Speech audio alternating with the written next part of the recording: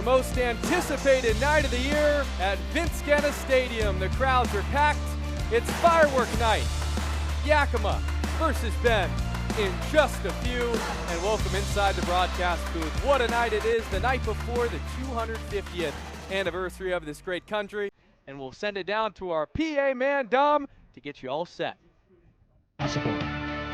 Everyone wants to be able to watch the game tonight. Everybody wants to be able to see the fireworks after the game tonight. Please scoot in. Please be courteous of your fellow fan. I want to make as much room as possible and make sure everybody gets to enjoy the game. So thank you very much. We appreciate you.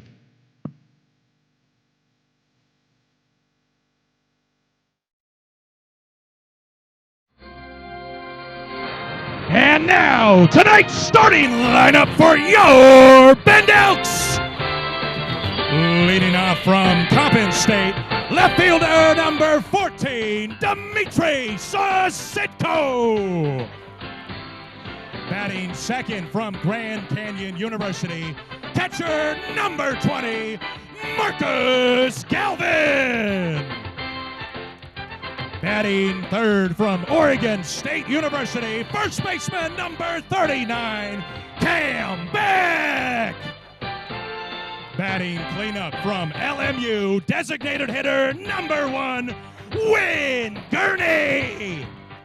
Batting fifth from Oregon State University, right fielder number 13, Jace Miller. Batting sixth from Cal State San Bernardino, center fielder number 10, Keaton Nato.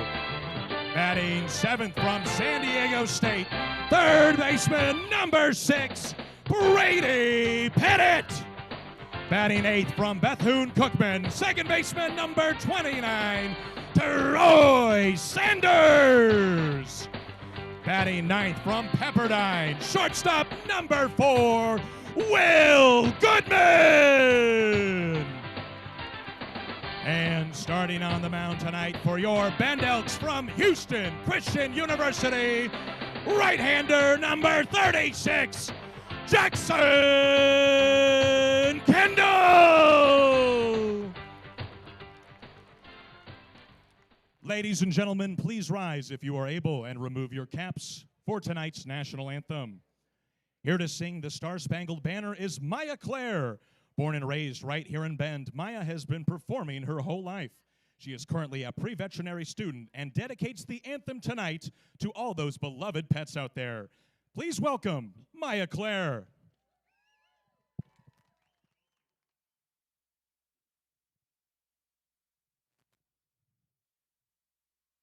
Oh, say, can you see by the dawn's early light what so proudly we hailed at the twilight's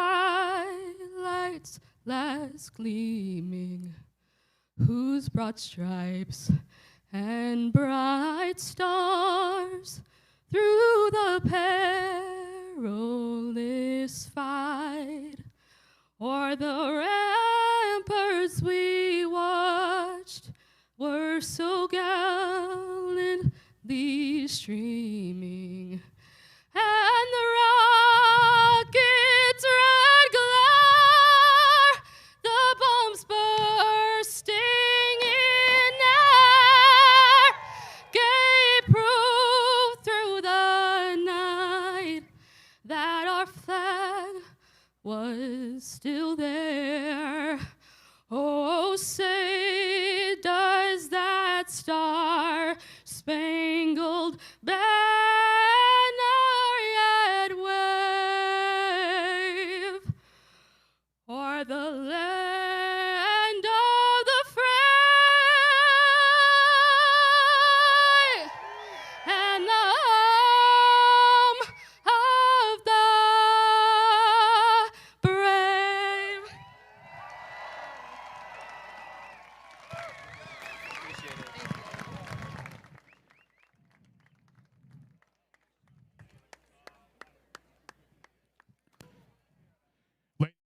Please join us in welcoming tonight's honorary first pitch guest, Max Orsini.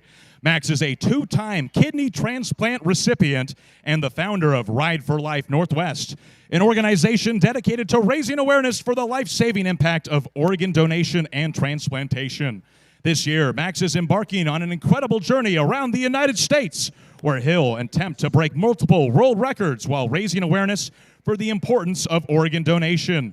Throughout his journey, Max will be fueled by B-Goat Clean Energy Drink, helping him energized every mile of the way alongside his loyal service dog, Gnocchi, who will be by his side for every adventure. Please give a warm round of applause for Max Orsini and Gnocchi.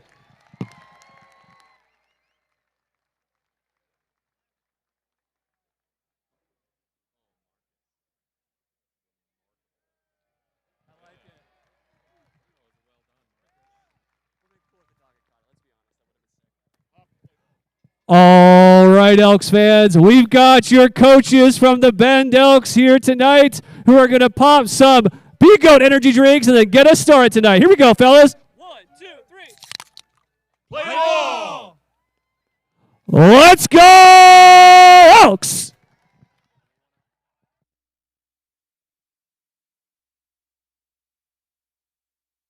Thank you for that wonderful intro, Dom. What a night it is here at Genna. It's one you circle on the calendar before the year starts. I thought, why not throw on the suit tonight? We're excited to get festive. And the Elks, man, this team turning a corner. I talked about it last night a little bit, but now 11-14. And you're in a WCL South that is ultra crowded at the bottom. So you have a chance to maybe make up some ground. And it's against the Yakima Valley Pippins team that since they played the Elks in Washington when the Elks took 2 out of 3, they've entered this skid. It's a chance for the Elks to take advantage. And what better guy to put on the mound than Jackson Kendall tonight? They say he resembles Paul Skeens in a way. Well, Paul Skeens loves this country, was in the Air Force, and hopes to serve when his career is over. Kendall, similar. I can imagine the emotions flooding through him for tonight. 7.65 ERA, the 2.25 whip. Don't tell the full story, as this guy has been starting to get back on track, looking back to that last outing. This crowd is juiced. You don't get many more fans than tonight, and one thing's for sure, they'll be sticking around after the game to watch our lovely fireworks show. The visiting Yakima Valley Pippins, they got a lineup that can swing it. And just take a look at all those fans. Packed to the gills. And we're stoked to go. Tyson Miller will get us going, the leadoff man. Left-handed bat with some speed. All of Genna decked out in the red, white, and blue. Just a night before the 4th of July. We still have a game tomorrow night, too, where you can stay after and see the fireworks shot off the butte just beyond right field. Just about ready to get set to go. You're on a special, special night, one we won't forget. Kendall looks in. The first pitch of the ball game is a fastball that misses up and away. We get started at 6:06. Good timing, all things considered, with all the festivities to still be just behind schedule. 1-0 to Miller. Popped up shallow right field. Nato got a good jump. He slides and makes the catch. How about that for a start? Keaton Nato.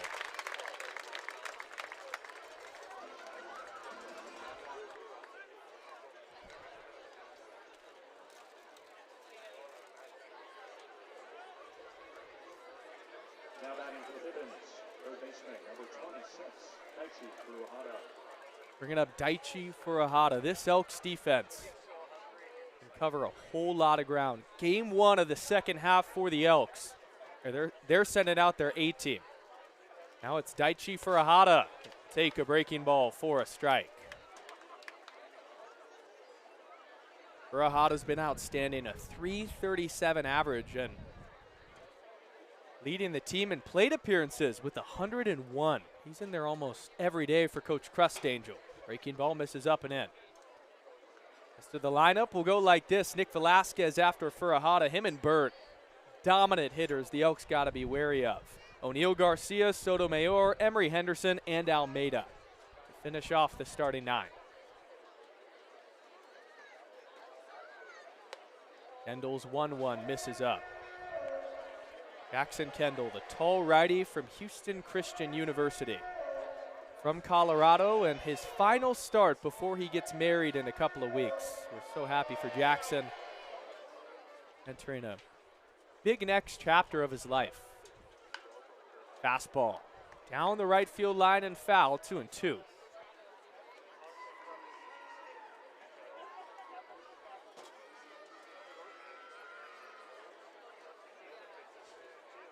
Every angle you look at, it feels like it's even more crowded with our American flag flying proudly in left center. 2-2 from Kendall. Fight him off by Furahada, who got tied up.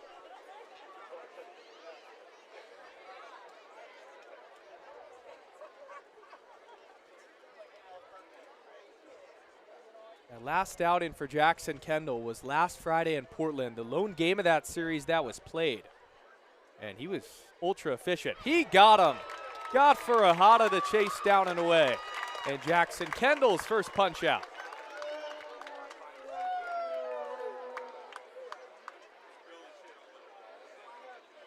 Now take a look at the Elks defense for tonight. I said it's star-studded. It truly is. Sisitko, Nato, Miller from left to right. Pettit and Goodman on the left side. Sanders and Beck on the right side with Galvin doing the catching. Whether you look at it from a defensive angle or with the offense, this starting 9 is as good as it gets. Nick Velasquez, a dangerous hitter, will swing through the first pitch he sees. Kendall pulled the string.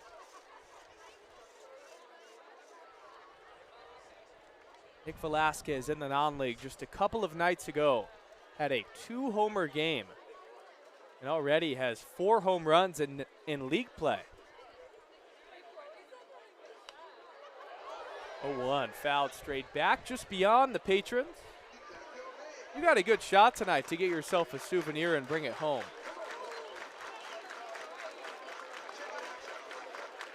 Look at those numbers. 4 bombs, 21 driven in, a 959 OPS.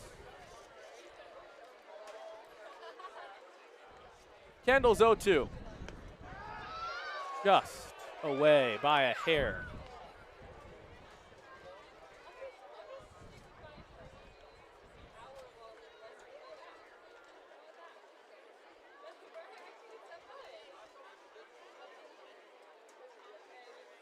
Lot of bop in this Yakima lineup, what we saw that first series between these two foes. Velasquez way out in front, but fouled it away. Nick Velasquez likely headed to the All-Star game for these Yakima Valley Pippins with these numbers. An average over 300, 4 homers, and 21 runs batted in, which leads the Pips. 1-2 with 2 outs in this opening frame. Jackson Kendall working along. Lined right at Cam Beck, and a 1-2-3 top of the first. Jackson Kendall off on the right foot. Elks coming up in front of this sold-out crowd when we come back.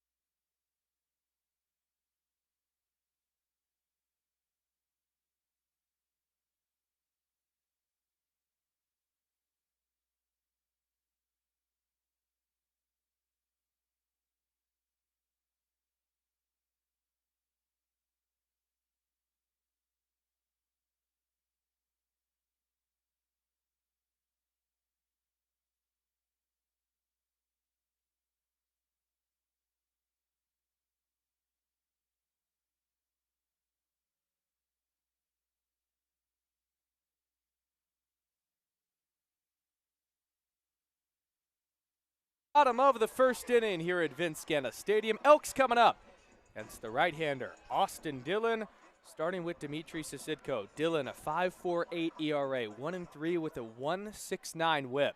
And his first pitch is popped up. Just beyond home plate, Burt may have room going near the netting, and he dropped it.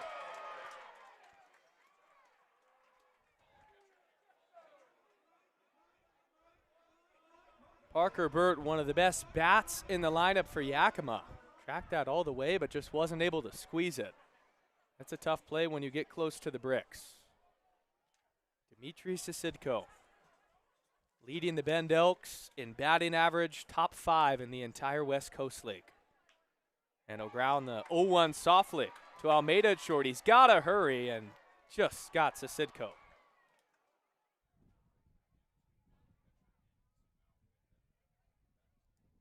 One out for Marcus Galvin.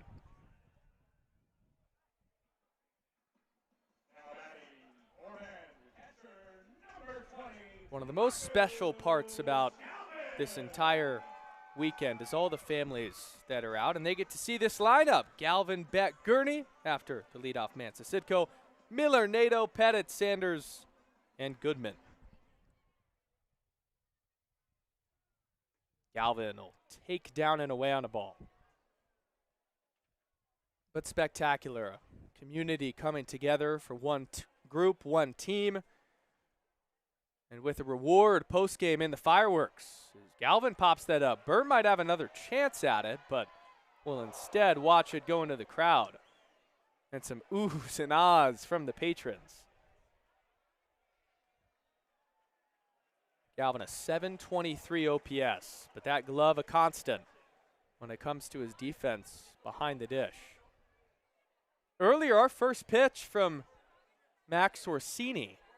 Awesome story about him and his dog was on the field, so Galvin had to manage petting the dog and catching the ball at the same time. It was impressive.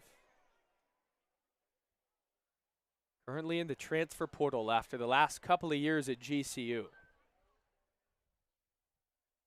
But a guy that any team would be happy to get.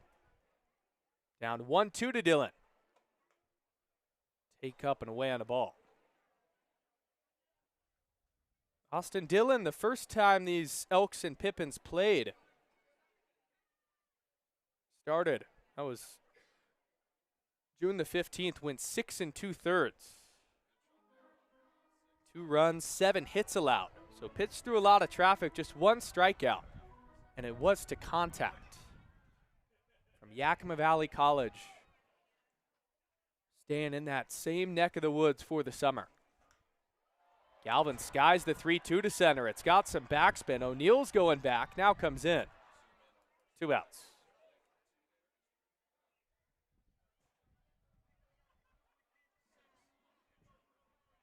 Galvin with a good barrel, but just got underneath it.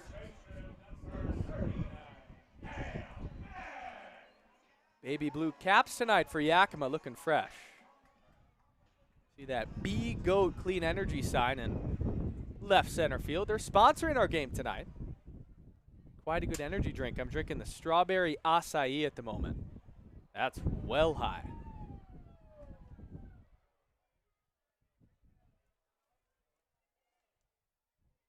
Cam Beck swinging a hot bat. So I got the strawberry acai here. It's in the purple can. Great marketing, first of all. I think that's what makes an energy drink jump off the shelf. But also, I mean, it tastes good. 0 sugar, 200 milligrams of caffeine. So I'm bouncing off the walls here, trying to contain myself. Good, though. If you're at the park tonight, you get a free one. Is that hit back? He wore it. And the first base runner of the ball game is a free pass.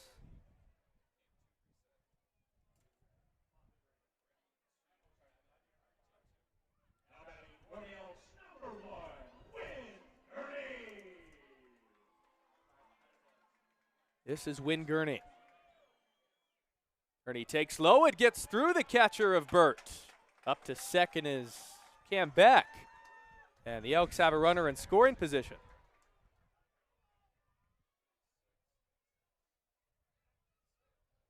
Beck with average speed, but with a 2-out jump.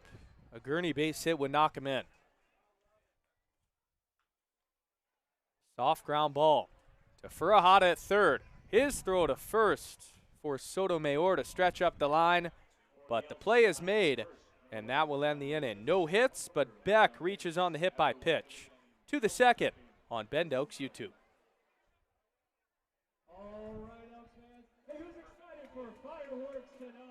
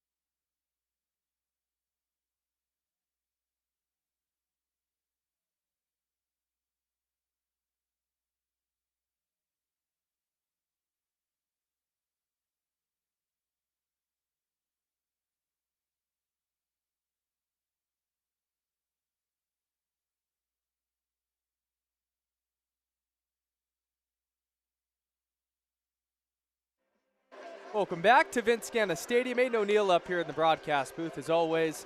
It's a pleasure, and tonight is extra special. You get dressed up, you see all the fans in the stadium, and you get the fireworks to conclude. But the task at hand is the Bend Elks keeping this hot streak. They're winners of 2 straight. After that Portland win on the Friday night a week ago, that's when stuff started to turn a corner.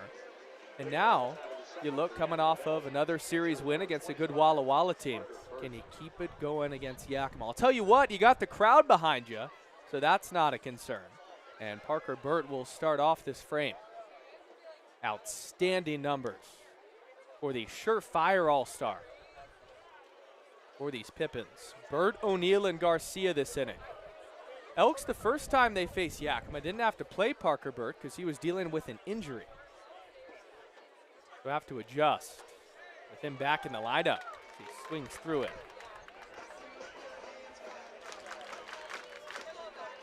Just a dominant bat. Will sell out for a pitch he loves and do damage, but also something Kendall can take advantage of. Big swing and a foul into the catcher's mitt of Galvin.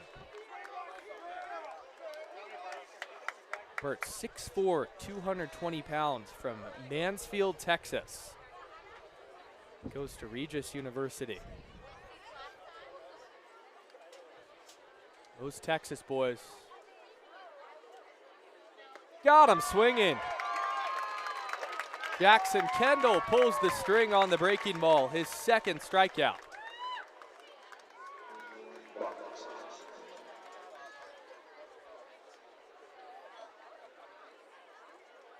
For the Pippins, center fielder, number 7, Jay O'Neill. Lowering that ERA and whip. If you look back to that outing he had against Portland, went 5 innings, just 3 runs allowed, 4 Ks, 2 walks. And although it wasn't the prettiest performance, he got the job done. He gave the Elks a chance to win. And they ultimately did, securing their first win on the road at Walker Stadium in the Alan Cox era. A really tough place to play. Rowdy crowd, over 4,000 a night, and the Elks went in there and handled business. O'Neill, half-hearted attempt, tied him up top. He gave the Elks fits when they played him back in Yakima.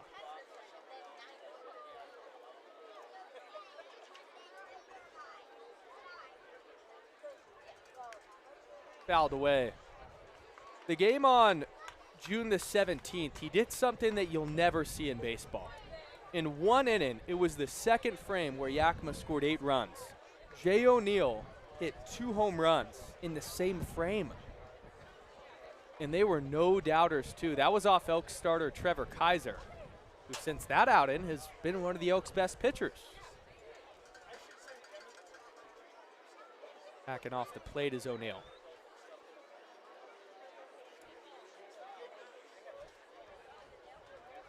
Warm day at the yard. Kendall with the short 3/4 undershirt. It's 2-2. Up and away.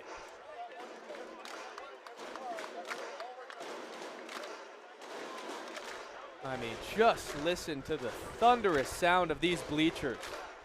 It's always loud, but not like this. O'Neill, 244 average, 3 homers, 17 driven in. Fouls that away. To think that 2 of those home runs, 2 of 3, came against the Elks in that one game. O'Neill also playing a steady center field. Hard to get a ball by him. Kendall's payoff. O'Neill stays alive.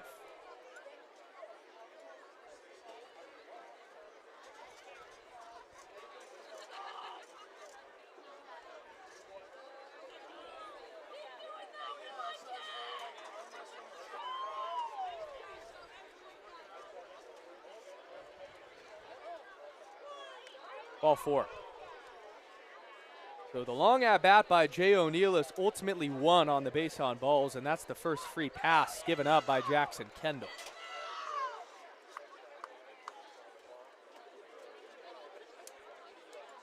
Bringing up Luis Garcia. Pippins, right fielder, number 15, Luis Garcia. That's the thing about O'Neill, too. You let him get on base, he's got speed. 7 stolen bases, second on the team in that department. Garcia fans and misses. 250 average for Garcia, home run and 11 runs batted in.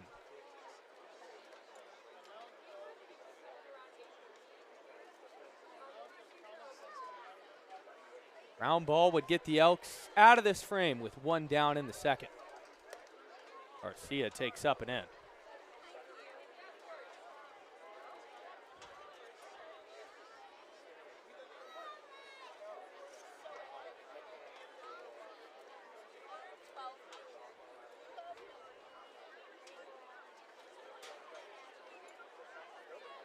Garcia looking for his new home and has had a good summer so far with the Pips as that's fouled away.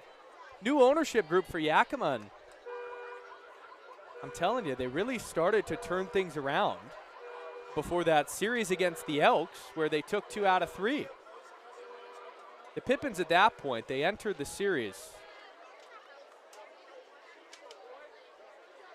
with an 8-7 record, but stuff was trending upward. And the Elks stopped them in their tracks as O'Neill's back with a dive.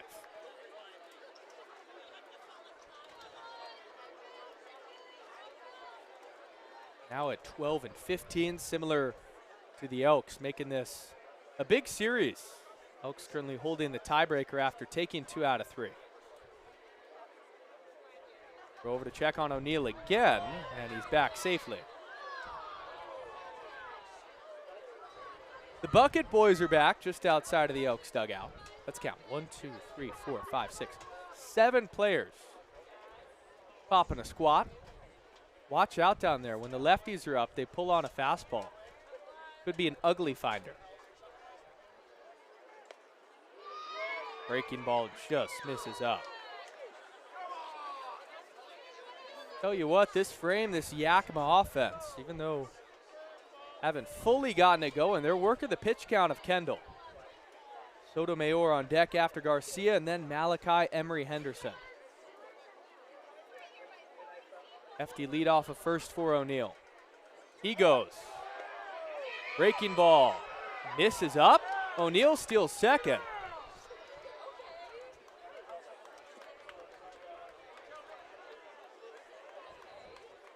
Oh no, they did call strike 3. apologies. That was a late called strike 3 from home plate umpire. Did he ever ring him up? Oh man, he really took some time. O'Neill steals his 8th of the year.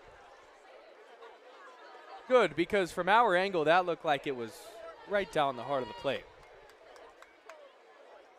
Still a 90 feet for Yakima. Got runner on second now as Sotomayor takes a strike. Levi Sotomayor, another guy for Yakima that's been outstanding, a .385 average in just 26 at-bats. No homers, but 5 runs batted in.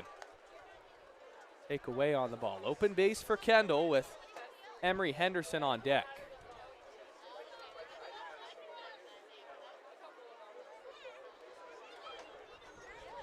Sotomayor from the University of Pacific in Stockton, California. Members of the West Coast Conference.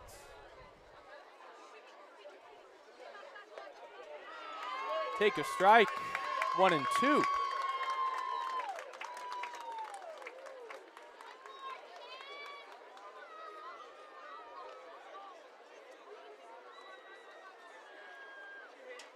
Kendall searching for another 0. 1-2, 2 outs. No score in the top of the second, but a runner on 2. And that's grounded softly to Sanders.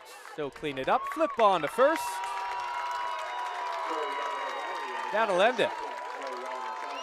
Despite the 1-out walk to Jay O'Neill, Jackson Kendall pitches around it.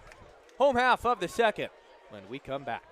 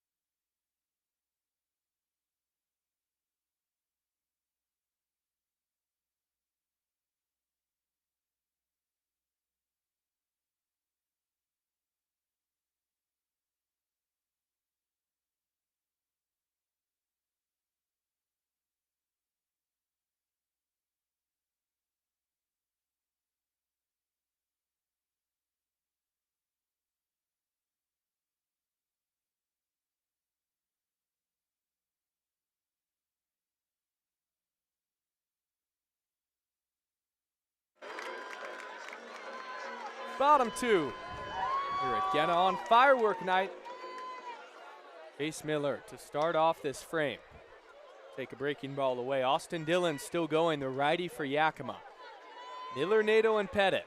5, 6, and 7 in this order. Miller's bat goes flying, watch out. And that's why you got the netting up top, my goodness. Maybe more pine tar needed? He swung out of his shoes. That's great feel by the bat boy to go and give him the rosin. Let's take another look. Way gone. If there's no net in there, that is maybe hitting someone on our barbecue deck. Thank goodness for it. Now Miller resets. Take the 1-1 for a strike. Chase, his 3rd year in Bend. Used to this massive night with so many fans in attendance, and last year had himself a signature moment. We'll foul that one away. Although Jace has been quiet so far this summer with that 414 OPS, all it takes might be a night like tonight to flip that switch. Up and in, watch out, Jace. Almost got him. Firework night last year was scheduled for July the 3rd. And before the thunderstorms came in to cancel the game, Jace Miller in the 4th inning hit a grand slam. That's grounded foul. And it really blew the roof off this place. As good as he could possibly hit a baseball, the deep left center field just below the flagpole.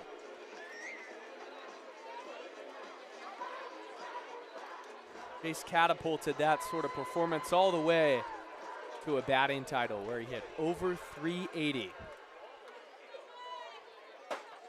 An incredible campaign. Check swing, that goes foul, and Miller keeps fighting. But he might have brought the storm on July the 3rd in 2025 with the loud crack of the thunderous bat.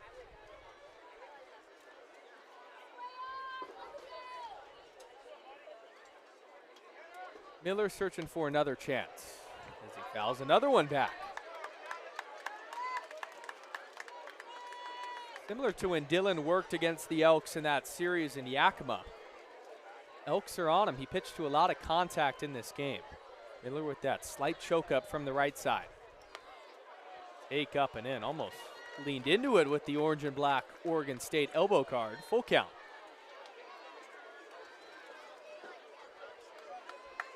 Medford, Oregon native.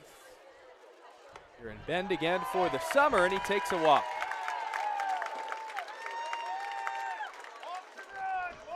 Great at bat by Jace. Elks have a leadoff base runner in the second. Now batting for Bend is center fielder number 10, Nato.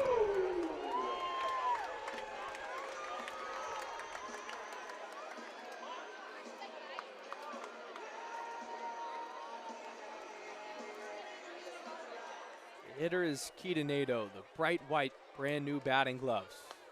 Take a strike.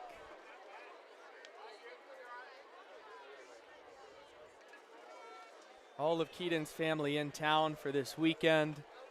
Just like a lot of these Bend Elk players, and it's a special gathering to celebrate a really great group. Miller back with the dive. So much to be happy about. You got a team that's turning a corner, a phenomenal group of guys, and then the 250th anniversary of the country all in one. Miller dancing off of first with a big lead. Nato checks his swing, no appeal from our home plate umpire. It's 0-2.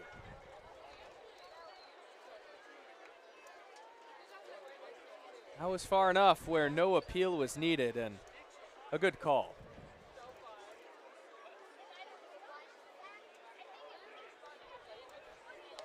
In tie 1-2. I hope you guys are seeing those graphics that my great producer Pierce put together. You got the fireworks popping out. Love it. Festive, for sure. Miller goes. Nato skies one, left center field, but it's got some carry. O'Neal's gonna catch it. Miller's got to hustle back to first. One out. Now batting for the Elks, third baseman number 6, Brady Pettit. Brady Pettit will dig in.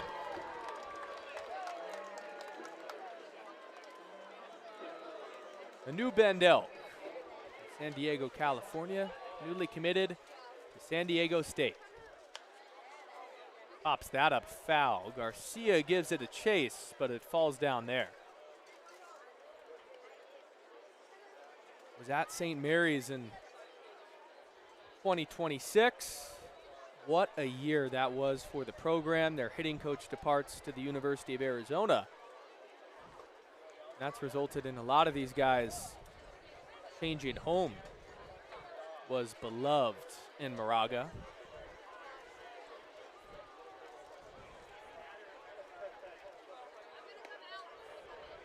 Take the 0-1 for a strike. And I'll tell you something, we've had a lot of great St. Mary's players here in Bend over the last 2 years. There's something in the water there when it comes to recruiting good people. That being another one. As they snap down to first, it's high and gets past Sotomayor. Into right field, Miller moves up to second. A costly error by Parker Burke.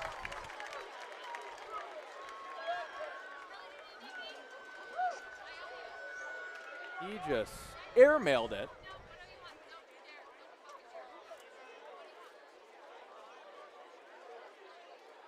And gosh, Miller would have been back there with ease. That was a poor decision. Pettit puts a charge into a ball deep to left field. Miller's going back to the track and makes the catch, forcing Jace Miller to go back to first. 2 outs in the second. And back-to-back flyouts. Second baseman, number 29, Troy Sanders.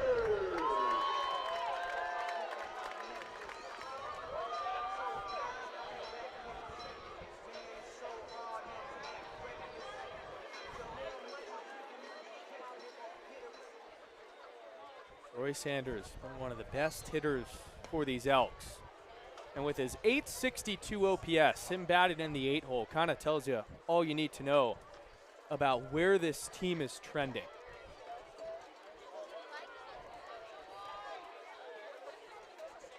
Sanders, way out in front, swung through it.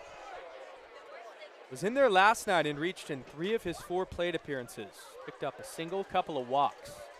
He's gained this pedigree of don't give him anything to hit, because he will punish pitches in the zone. Rounds it foul to Furahada. With appearance of Patrick Roach, please report to the snack shack located behind the press box. Appearance of Patrick Roach to the snack shack behind Good work by Austin Dillon, staying in the strike zone. Has a lot of trust for this Yakima Valley defense. 0-2. Takes low and a good pick out by Burt.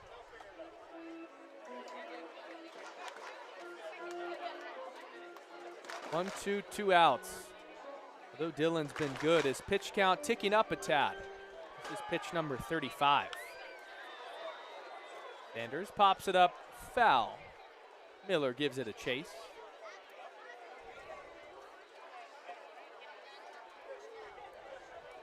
Fielding percentage-wise, though, Yakima, along with Bend, are towards the bottom of the West Coast League South. They're the bottom 2 teams in fielding percentage. So for a guy like Austin Dillon, who trusts the guys behind him, a bit contradictory. Sanders keeps battling. Had an AB the other night that went, I believe, 9 pitches. Just committed to Bethune-Cookman after his time at GCU in Phoenix. Sanders, when you foul it straight back, that means you're on it. Not going anywhere. No bat boy race, just the solo win.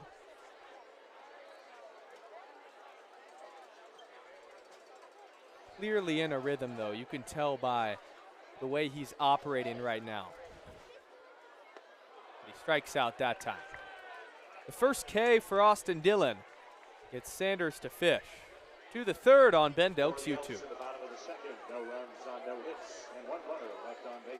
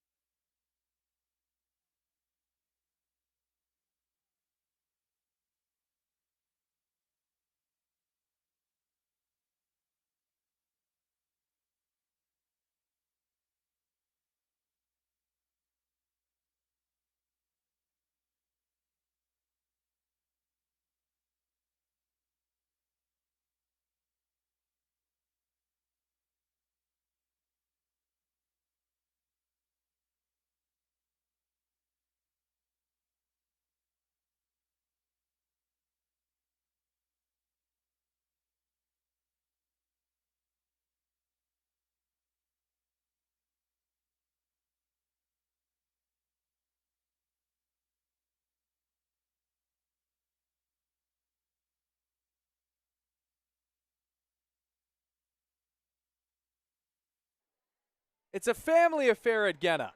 Look at that. And festive, too, with the shorts. Oh, yeah. Be careful, Dad. Emery Henderson takes low. Like a Simba-style celebration. Lifting the kid up high, making him dance. 8-9-1 this frame. Emery Henderson showing off all the colors, not the red, white, and blue, but the teal and pink. Welcome back inside the broadcast booth. Aiden O'Neill, thanks so much for joining us. Good night so far, and I just sit here up here every night and I say the same thing, a pitcher's duel. I say it every night. It feels like right now with these Elks. Whether it's with Bend, and in Kendall's case at the moment, or with Yakima and Austin Dillon, the two starters on both sides here at Genna, which is supposedly the most hitter-friendly ballpark in the West Coast League. You see a lot of zeros. Emery Henderson, a .499 OPS. Kendall misses low at 82 on the changeup.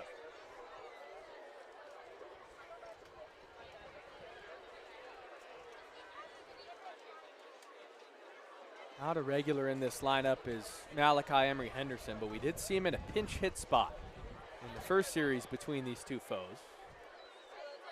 Retired in that one.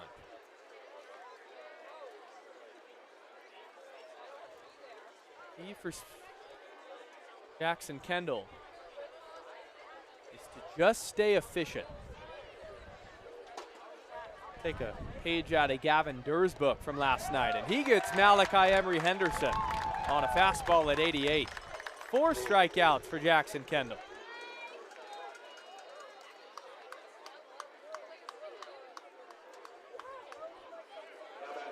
Now Derek Almeida in the 9-hole spot. In the 4th inning, we'll have a special guest joining me.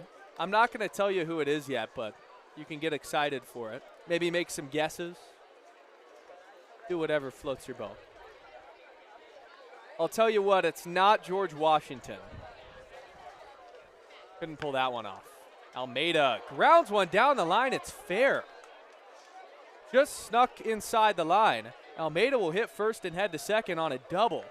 I'd love to see that again. From our angle, that looked like it was to the other side of the foul line, but very possible it went over the bag. Let's see.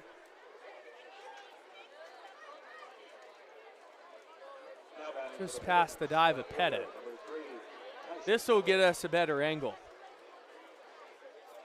Oh yeah, that's fair. Good call by home plate umpire tonight.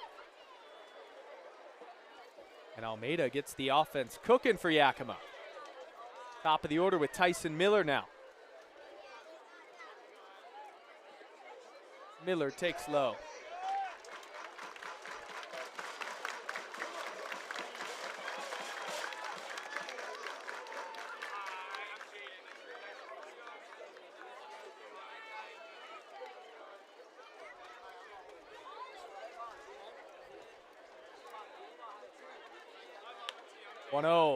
Grounded to Brady Pettit, who kicks it. Got to stay with it. Throw to first with the speedy Miller. He beats it out. And on the play, Almeida moves up to third. I'm going to pencil that in as an error because he was playing in. Now back to the Pippins, third baseman, number 26, Benji Luhana.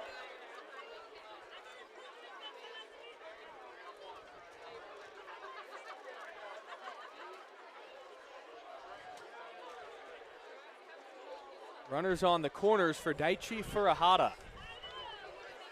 So the first tough spot for Kendall so far tonight. Speed on first and Miller. Furuhata takes high. You love seeing people from different necks of the woods, different countries in some cases, come to the West Coast League, and Furuhata is from Japan.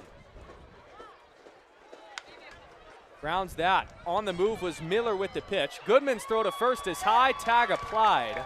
Moving up to second is Miller, and coming in to score is Derek Almeida. A 6'3" fielder's choice, but an RBI to bring in the first run of this game.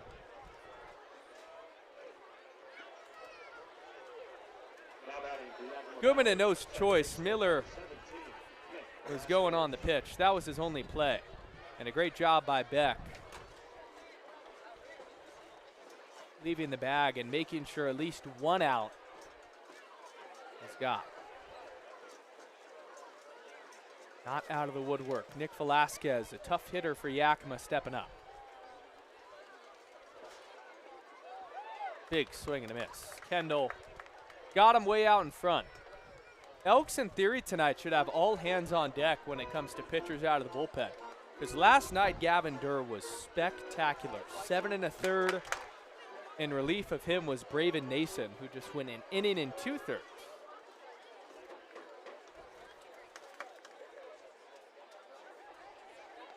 Oh, and 2.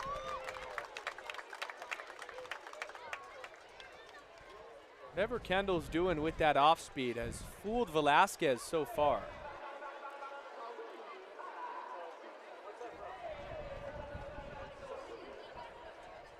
Likely stick with it. 0-2, 2 outs.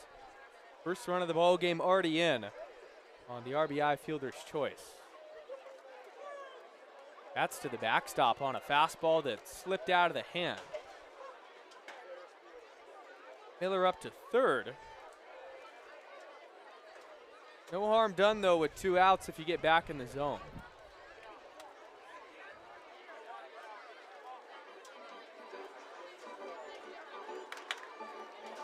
Now you view the runner at third with 2 outs a whole lot differently after Dmitry Sisidko stole home a couple of nights ago for the Elks. You can't rule it out once you see it once. Opens the door to a whole new thought and idea. Popped foul and out of play. Sisidko can't get there.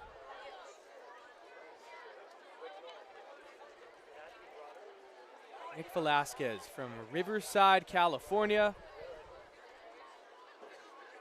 Went to Citrus College this last year.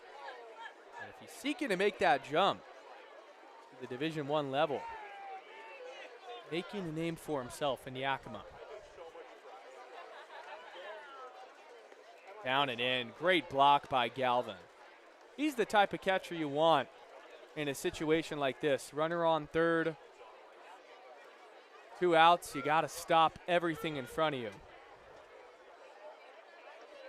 All the Elks on the top step looking on.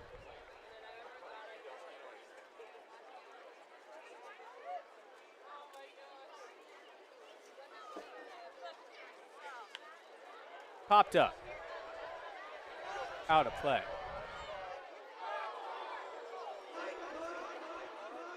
Both sides starting to see it better.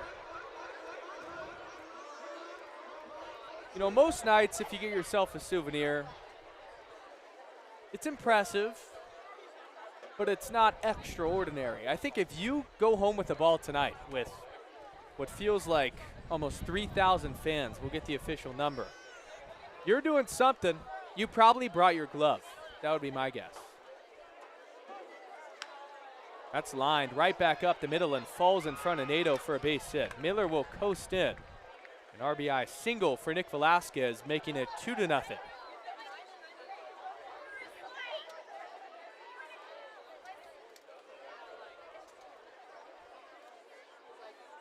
And he just keeps on hitting.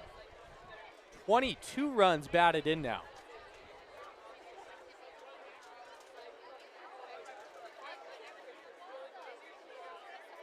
First ripple on this outing for Kendall, or a couple of those that have come in this inning with the 2 spot. Steps in Parker Burt as Velasquez goes. Galvin's throw down to second. Velasquez slid past the base but was able to get back before Sanders applied the tag. And another stolen base. There's something there right now with Kendall not holding on runners, because the jumps these Pippins are getting are seismic.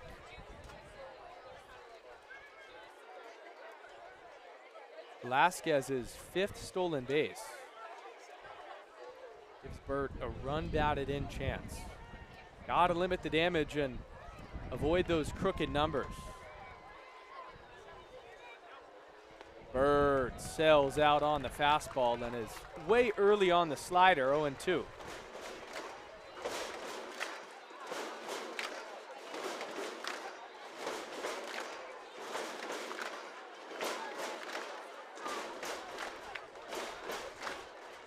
Crowd looking to pop.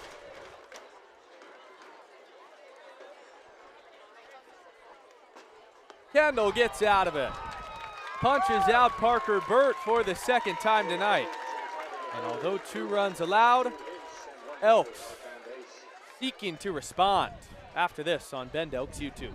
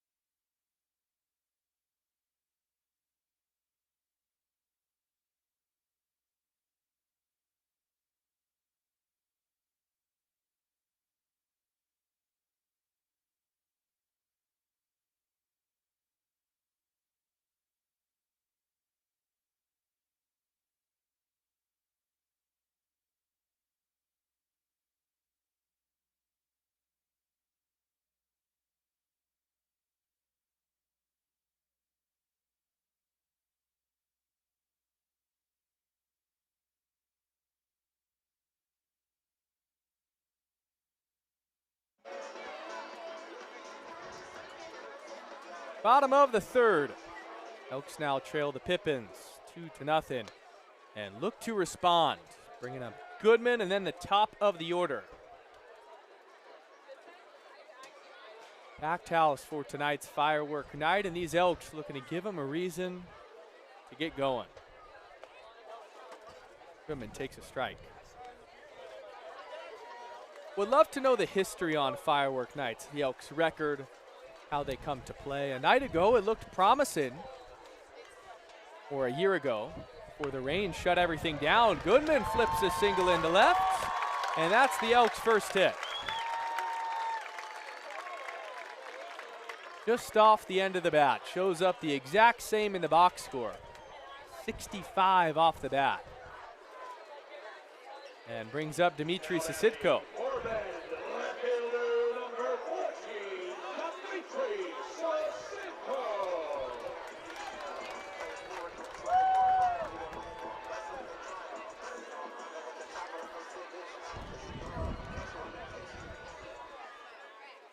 Sitko grounded out his first time to Almeida. Goodman back with a dive.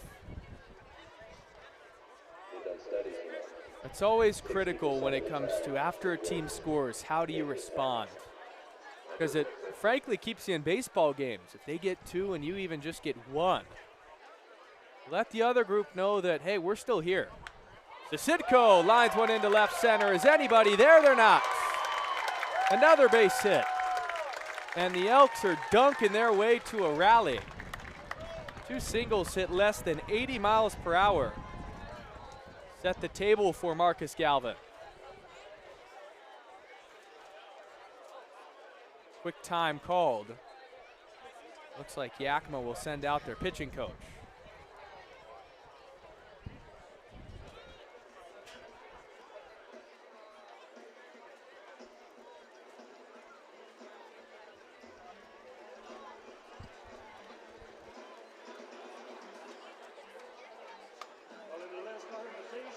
Whole infield up on the bump. Dillon hasn't been bad at all. 2 innings, 1 K, 1 walk, and now just 2 hits that both have come in this inning.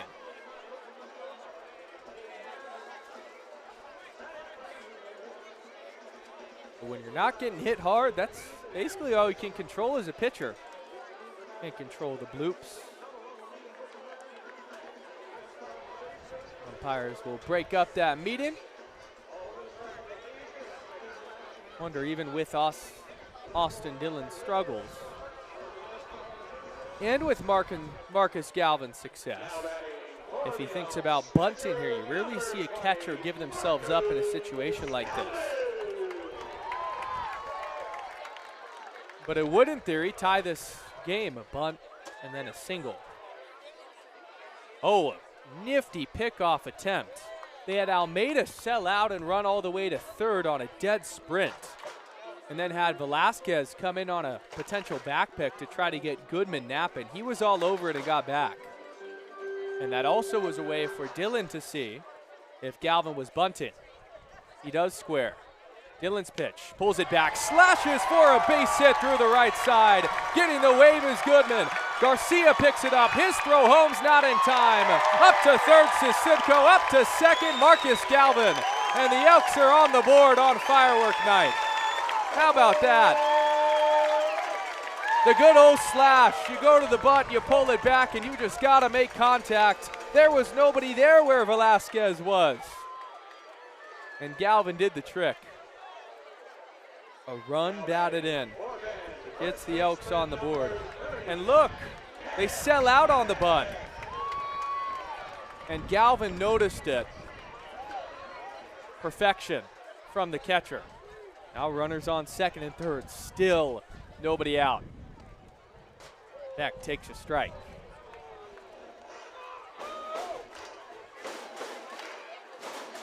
Marcus Galvin's 7th run batted in on the summer. There's been few hotter hitters than Beck as of late, who was hit by a pitch his first time. Takes up and in on a ball. After a year at Oregon State where Beck didn't see the field. Now showing why he should have this summer. An 889 OPS. And his signature night came back on the 1st of this month against Walla Walla. 1-2 to Beck, who is out in front.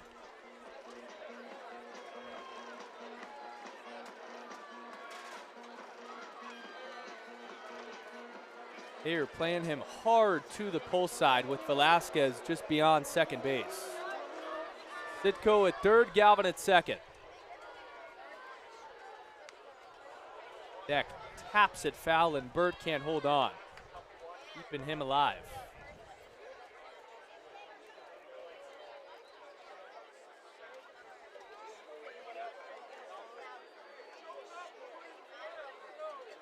A ball to the right side of the infield would score 2. Beck instead yanks it to the pull side and well foul, but man, it had the distance. At 337, which would be a home run. 330 it is down the line.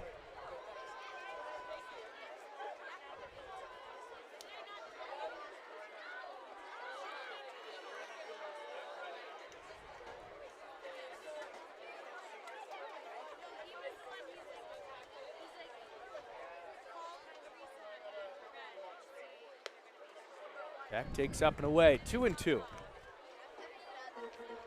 On deck is Gertie, then Jace Miller, the part of this order that Alan Cox would love to have up and does. The chance to get the lead.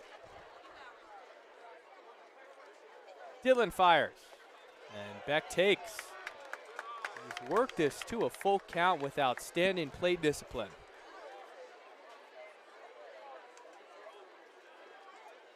Former best player in the whole state of Utah. Now making a name for himself in Oregon. Grounds it foul up the third baseline. These lengthy at-bats continue for Bend.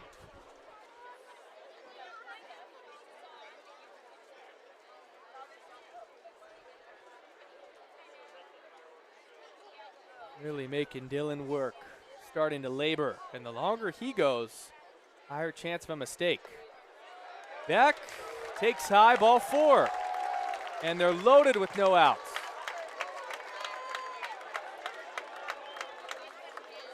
Now batting for the Elks, designated hitter number 1, Win Gurney.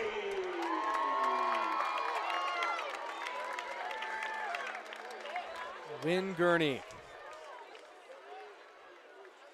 Tons of power. Good chance to inflict some damage on the Pips and takes a strike on the outer third. Second stint as an Elk from last year. In his first appearance just a few nights ago, went 2 for 4. Chases that one down and away, 0-2. Last year was young and entering his freshman year, undecided as to what school he was going to attend. And after a year at Loyola Marymount in SoCal, much more polished, has always had all the skill. Taps that foul. From Manhattan Beach, so blessing for Wynn to be able to stay at home, play in front of his family quite often. Now be back in Bend, where he was beloved. Gurney pops it up. Left side of the infield, foul territory for Ahata. Watches it go into the stands. And a souvenir. Nice catch by a fan. So this is the one case where you don't necessarily need your glove if it bounces. That's not fair. But regardless, you got a ball. And I hope you give it to a kid. That's step number 2 after catching it. Gurney grounded out his first time through. Sidco, Galvin, Beck, your runners, third to first. Gurney fouls it right back. Just staying alive.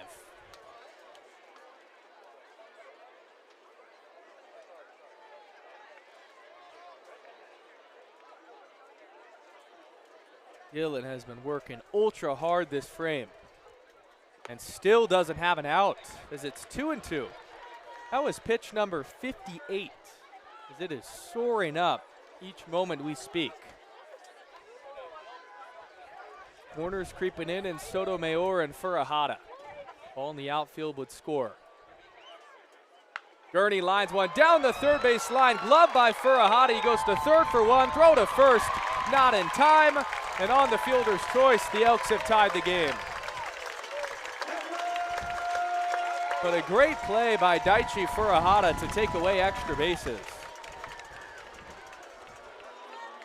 Went after 2 doubles in his first game. That's already RBI number 3. And that could have knocked in all 3, but what a play by Daichi. And a great effort to turn 2, just too much speed for Wynn. He hit that 97 off the bat. You call it a 5 unassisted and an RBI. Digging in is Jace Miller. Miller grounds it softly back up the middle. Could be 2. Almeida to second for 1. Throw to first is offline. And a poor throw keeps this inning going. Almeida had so much time, but rushed it on the throw on the run. It's ultimately just a 6 unassisted. Elks will look to take advantage of that miscue. I mean, you can see here, had a lot of time. And Miller wasn't really running hard. He almost accepted his fate of being doubled up. See if Nato can punish him. Take a strike, delayed steal from Miller, and he'll be there without a throw. So good awareness from Jace. Single now would bring in 2.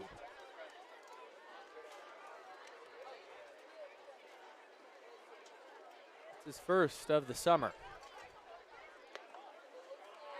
Eden Nato takes high. Pretty special. Family in attendance this weekend, and his father Mike, back when the Bend Bandits played here at Genna, was a part of that group. And after talking to him, you could tell, obviously a proud dad moment, but to be back in the same ballpark, all the memories flooding back. When you get to watch your son play, Mike Nato coaches Keaton at Cal State San Bernardino as well. Nato rips one right at Velasquez. He doesn't have to move. And the 96-mile-per-hour line drive is caught to end the inning. But the Elks answer with 2 runs batted in, one by Galvin, one by Gertie. We're all tied at 2 as we head to the 4th.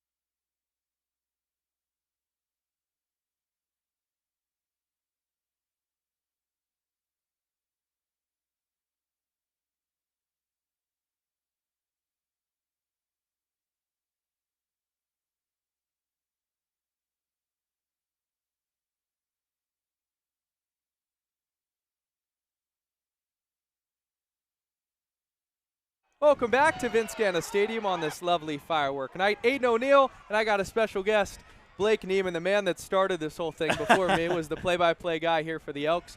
I'm so happy to have you, Blake. It's so great to be back at gorgeous Vince Genna, one of my favorite places on the planet. So great to see you succeed, and you're looking a lot sharper than I am with the suit and everything. Got the 4th of July theme. But, man, yeah, this is a place, it's a one-of-a-kind ballpark. It really is, and one-of-a-kind experience. Great to see the crowd all packed out, and really great to be back. Yeah, man, it's so happy to have you back. Had a good game so far, too. 2-2 the score. Yeah, looks like I came out a good time. Got a little rally last inning. And you get the fireworks afterwards. When you reminisce about when you saw the firework nights here, did you have any special memories or any fun things that come back? Totally. Well, I definitely remember a couple of Elk wins on fireworks night. Yeah. So it'd be cool if they could get it done again tonight. But I definitely remember after calling the game, would go down on the field, have a hot dog in my hand, and just watch the fireworks field level with the players. And it was always a blast. Seeing to go over the trees with the mountains in the backdrop, really can't beat it. Oh, yeah. No, it's absolutely gorgeous. And the fans always show out on fireworks night, so it's fun to have a big crowd. I find it so crazy, and obviously it's the small town community kind of coming together, but I mean, you've got fans lining up 4 hours before the gates even open to get these tickets and get in a good spot to see the post game. And I mean, the stadium's still pretty large. I mean, I think it seats 5,000 or so. So the community definitely showing out here in Bend. This is up to Jay O'Neill, 2-1.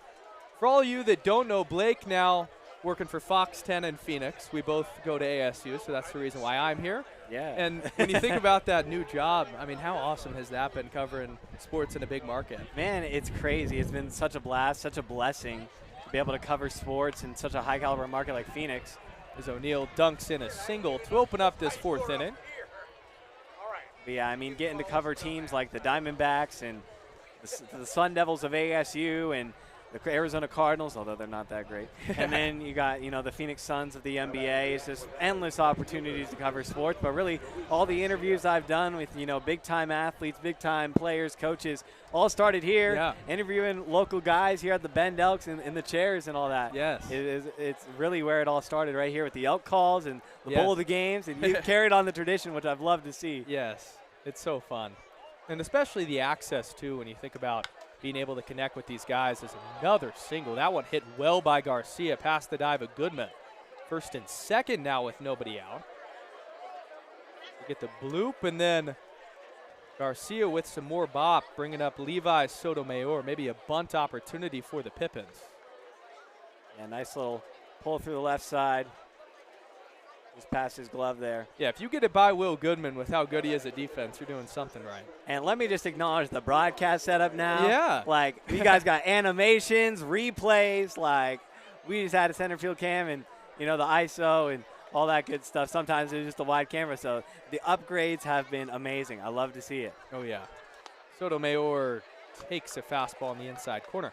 Yeah, we got so much Sun Devil representation because Pierce, a Sun Devil himself, produced, and he's made this look beautiful. So oh, we're it repping looks here. fantastic. Forks up, baby. Oh, forks up. There you go. It's crispy broadcast video. Man, this is awesome. Got all the nice setup. This is, for the viewers at home, you are definitely well spoiled with this broadcast setup. It's great. Good block by Galvin. Sotomayor is first time grounded out to the second baseman in Sanders. Elks last inning, they answered with a 2-spot of their own, but Jackson Kendall looking to get some confidence back on that rubber. Speaking of Sun Devils, it was fun. I was thinking about sitting down there in the stands, some of the old players that I remember the 2 summers I spent here calling games for the Elks, and one's actually now at ASU, Finn Edwards, a Bend native. I remember watching him last summer, and I was like, man, this kid's going to be something special. That ball's hit down the right field line, but high enough where Miller trails there.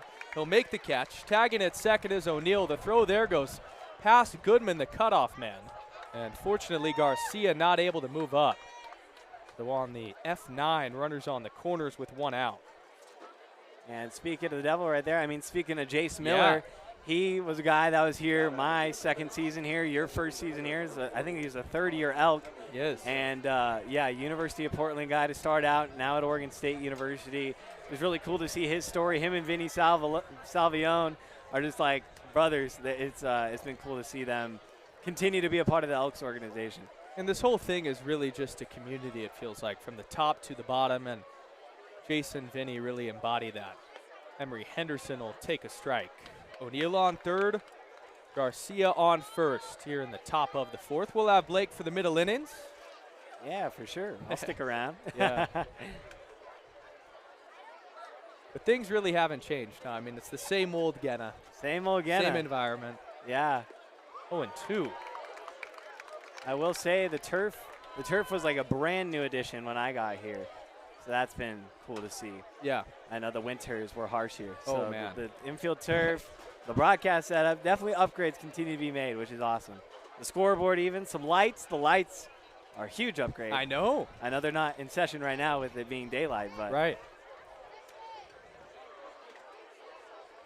Kendall got him, blew the fastball by him at 88. And 3 pitches gets Emery Henderson a big second out. Just climbed the ladder that time. That's already the 6th K for Kendall. And a lot of swing and miss. So you being an Oregon native, let's talk a little bit about how this job came to be. And when you think back to wanting to get into sports journalism and then just what Bend has meant to you, what comes to mind? Yeah. Well, I was just searching for a summer job. Delayed here steal. we go. We might got O'Neill picked off. The tag, they do. It looks like I'll have to tell them about it on the other side. I love it. How about that? What a play. They tried to steal Garcia at second, looking to get into a rundown intentionally to maybe score O'Neill at third. But he got too far off. Galvin with a wise decision and back picks him. We'll keep Blake bottom 4 when we come back. 2-2 the score. Before you take off the headset, let's get a selfie. I'll just put the headset.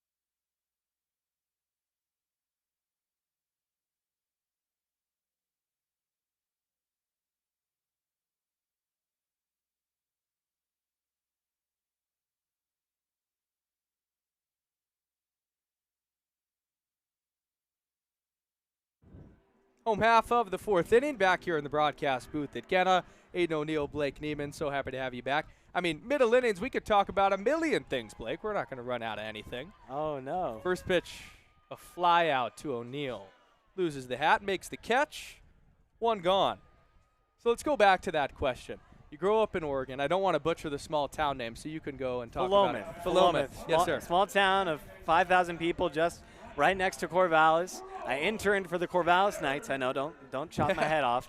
I was an intern there as a little reporter, MMJ, and then I was looking up summer jobs. I was wanting to get back to the West Coast League because no one can replace the play-by-play of the legendary Mike Parker, voice of the Beavers, also voice of the Knights. And there was a play-by-play opening here with the Elks. And so I saw it online, emailed Michael Herco, Kelsey Herco, great people who run this operation here with the Elks, and they ended up seeing my tape. They hired me on the spot and spent 2 summers here, 2 of the best summers of my life, doing road trips all over the Northwest, all the way up to Bellingham and back down here to Bend, and just had some of the great memories. First coach here was Joey Wong. Danny Sales had a stint for a little bit. Then Alan Cox took over, and man, is he a character. Oh, he's the greatest. He's the greatest, and just been so cool. I mean, Alan Cox, he comes from the Carolinas all the way, and now is living life here in Bend. It just shows what a special place this is, and me being an Oregonian, just appreciate. I hadn't been to Central Oregon a whole lot. I work at Boss Sports Performance up the street for 2 summers, and Kevin Boss went to my high school in Philomath, Oregon, won a Super Bowl with the New York Giants. And just for all that to come full circle in Bend, to work out at his gym, call games in the West Coast League where I grew up watching, it's just really, really neat. I didn't know that full story. That's spectacular. As the slide, as it just goes foul. Good effort by Sotomayor. Almost made a really nice play. Allows for Sanders to keep hitting. Yeah, so a lot of neat crossovers. For sure. In my Oregon heritage, and I mean, with Corvallis in Philomath area, it's only about a 3-hour drive. So when we would do road trips here with the Elks to Corvallis, I would just often if we had an off day, I would follow behind them on the bus and then just stay for an extra day and visit the family. So it's awesome. I can't say enough great things about the Elks. Sanders grounds that one. Tough play. Furahada deep. He's got to hurry and get Sanders on the stretch by Sotomayor. Quick 2 outs in the 4th. I will say one thing that I wanted to mention is that watching the College World Series this year, it shows the development of the Elks. Is my first summer here, Stephen Meyer was a center fielder for the Elks. At the time, he was in community college in the NWAC, and then he went on to go to a different university in the Sun Belt, ended up at Troy University. Troy makes it to the College World Series. Wow. I flick on the TV. Sure enough, it's Stephen Meyer in center field. I remember when he was just playing here at the Elks trying to make it in college ball, and those are the stories you just love to see. The beauty of the West Coast League, it's players from all over the place, and this roster for the Elks this year a lot different than last year. A lot more NWAC guys, the JUCO products, and I've talked to a lot of them. They're still playing with all these big dogs, and they're showing scouts like, I can hang, you know? So it's pretty awesome to see. Yeah. And then Mason Edwards, too. I mean, Mason Edwards, exactly. Mason Edwards was here my second summer. He was the Big Ten Player of the Year, I believe, at USC, and he was dynamite when he was playing here with the Elks. And this just shows the talent that the Elks have brought in over the years. And, I mean, all-time legendary guys like Jacoby Ellsbury back in the day came through here with the Elks, and you know he won 2 World Series with the Boston Red Sox, and it was really neat to see. We got a talk here from Coach Crustangel with both umpires. Not sure what this is about. Sanders is standing on first, and so call on the field, I guess, is safe.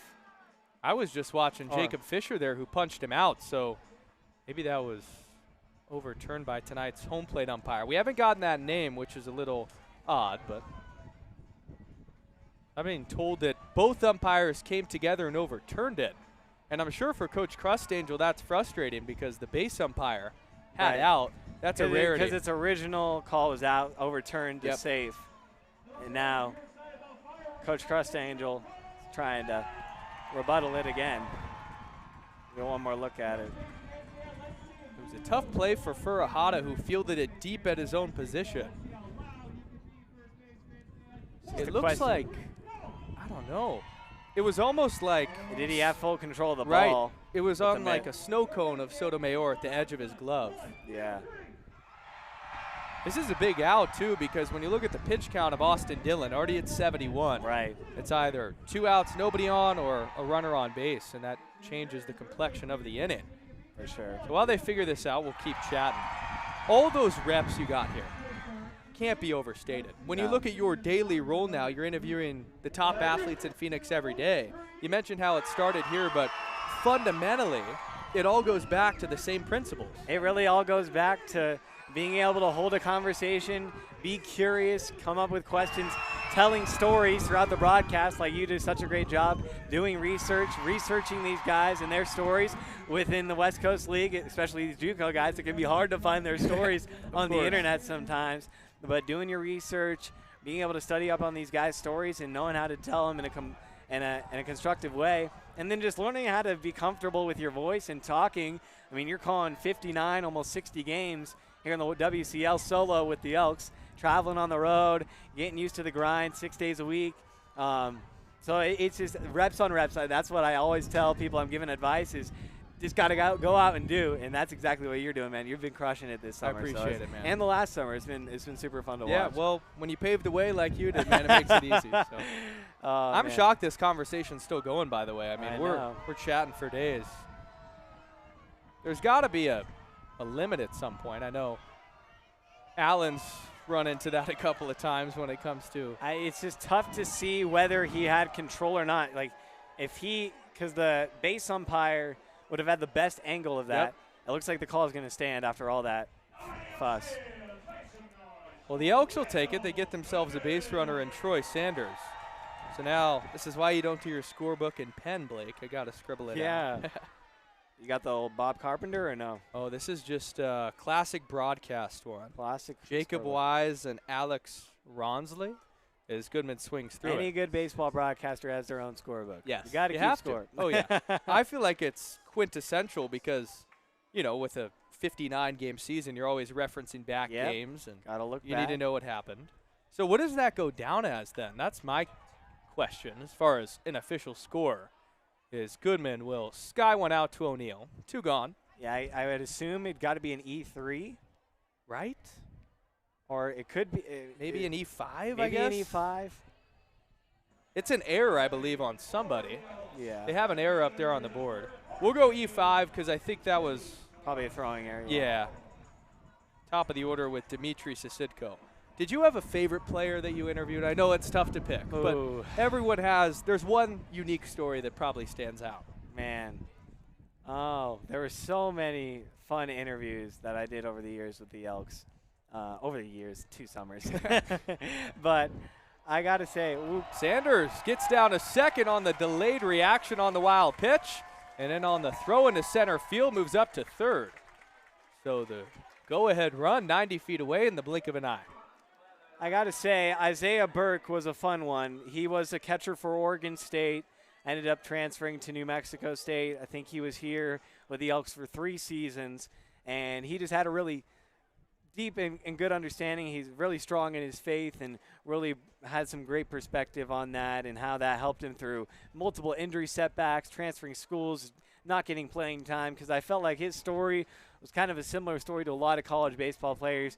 You get high recruited, go to this big-time D1 like Oregon State, don't see the field, then you transfer, get injured, feels like the whole world is crumbling on you, and then when you have nothing left to lean on, you lean on your faith. And I really thought that was an inspirational story from him. But there was also some other fun ones. Mahiro Tomita, he was from Japan. Oh, wow. And you get some international guys that'll come through here with the Elks. And he could hardly speak any English, and it was just fun to try and interview him. He had like one-word answers, but just getting to know him, he like brightened up the rest of the team. That's outstanding. Sidko takes a strike. Yeah, speaking of Japan, third baseman for Yakima, Daichi Furuhata's from Nagano, Japan. Wow. Yeah, that's the cool part about the West Coast League. For You'll sure. get a lot of international players, especially from Japan, and which is becoming a baseball hotbed now. Oh, for sure. Sidko lines one down the left field line. This is going to give the Elks the lead. Hits first and heads to 2, a stand-up double. Sidko keeps hitting.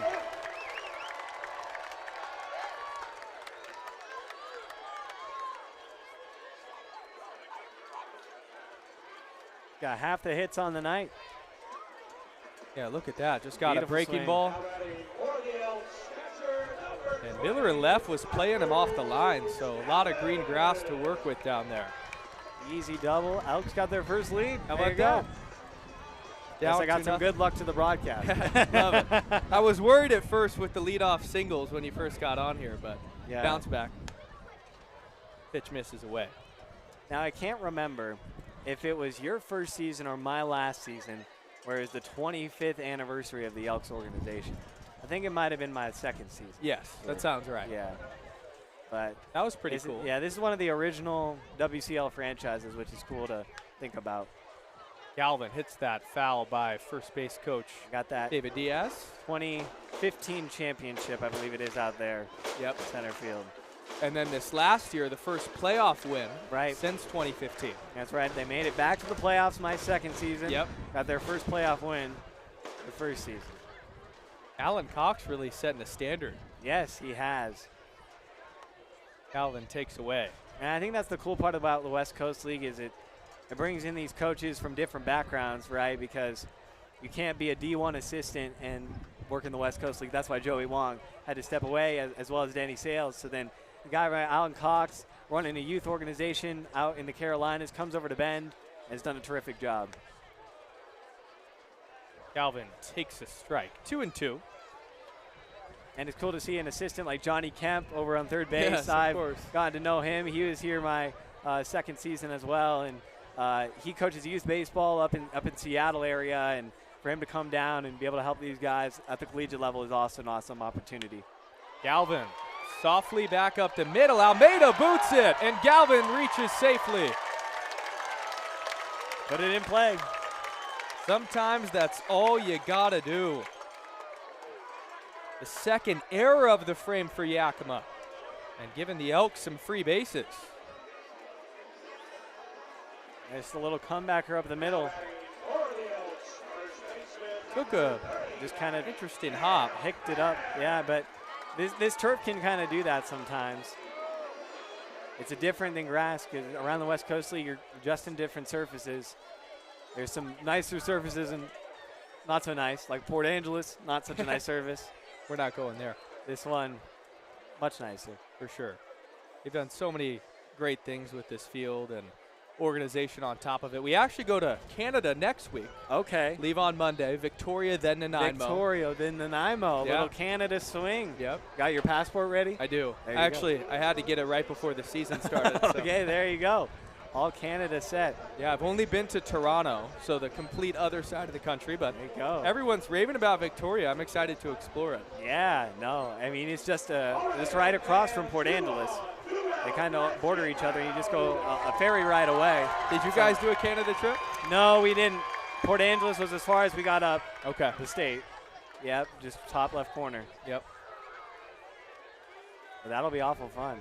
That's also the neat part of the WCL. Oh, very cool. And I don't know if this is just a 2026 thing, but I've noticed a lot more interleague play. Like almost every South team is going to Canada at some point, or Wow. from who I've talked to. So I find that pretty cool. Yeah. Deck was hit by a pitch and walked, so hasn't had to get the bat off his shoulders and still increasing that on-base percentage. I know Edmonton always gets monstrous crowds up there in Canada. I believe they have a AAA ballpark. I think it was the Expos old AAA ballpark that they had. Montreal Expos. For some unbelievable. OGs that are listening. Oh, yeah. Yeah, they got to get a team back in Montreal. From what I heard, it was spectacular to go Yeah. to games there. Well, it looks like the MLB's trying to expand. I mean, if they can put a team in Las Vegas, I think they can put a team anywhere. They can find a spot on the strip. Yeah, there's not a lot of room to work with. Right. Literally, they're having to tear down a casino, I think. Yes. Blake, you being a big Oregon State guy, Cam Beck right here at Beaver. Yep. Swings and misses. Yeah, quite a few Oregon State guys have come through here over the years. Wilson Weber was a catcher for the Beavers, starter for a bit. Some other ones, Isaiah Burke at one point came through here. And quite a few guys. Another one will come into my head here in a second. But on the move is Galvin on the 3-2, and Beck fouls it away. Easton Talt was a right fielder. Great Oregon player. State. Yeah, really solid. Was a key piece for them. Yeah, a lot of great guys come from OSU. It's been a nice pipeline to the Elks. They usually get a handful of Beavers every year.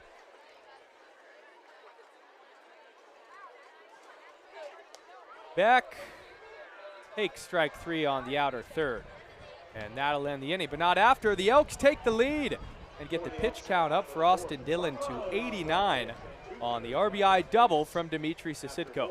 We'll go to the 5th on Bend Elks YouTube.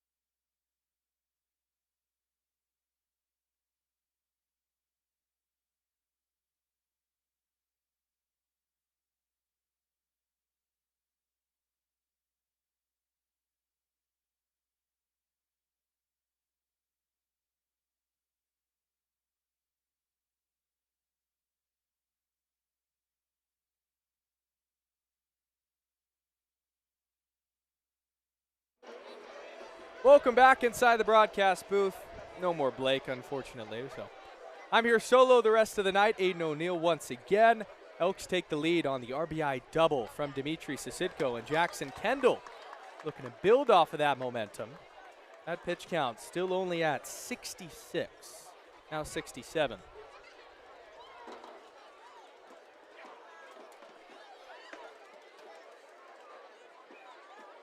Almeida, then the top of the order.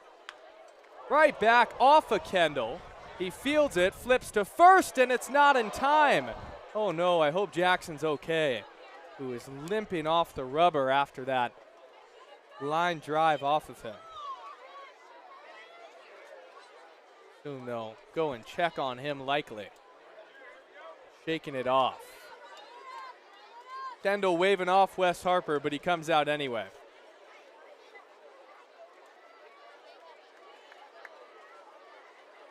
Almeida now 2 hits tonight. Ouch, just got him right in the thigh. Even if that flip was caught by Beck, I don't know if it would have been in time. Almeida was busting it out the box. Now the trainer's going to go out and look at Kendall. But he says, get off, I'm good.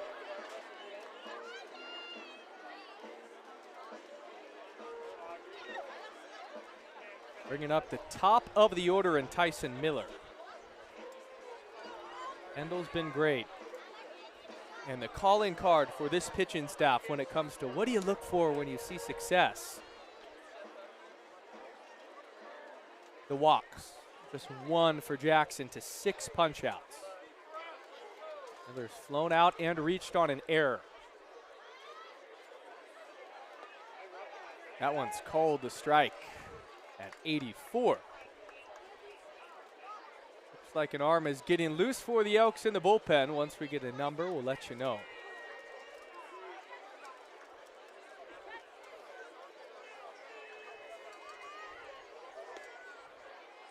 One and one.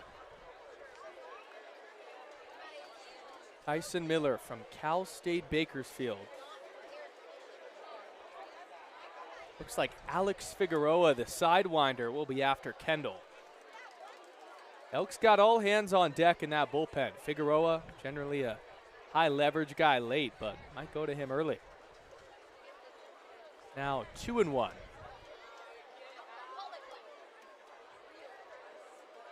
Not a soul has moved a muscle.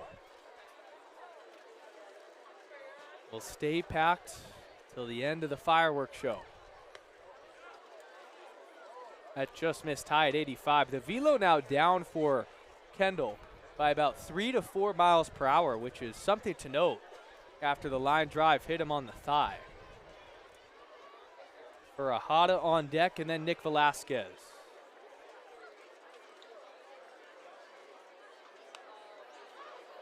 Miller fouls it away. Tyson Miller just wrapped up that freshman season at Cal State Bakersfield, facing a vet in Jackson Kendall. Still doesn't look fully comfortable on that delivery. Laboring just a tad. Throw over to check on Almeida, back standing. Eric Almeida, 3 stolen bases on the summer.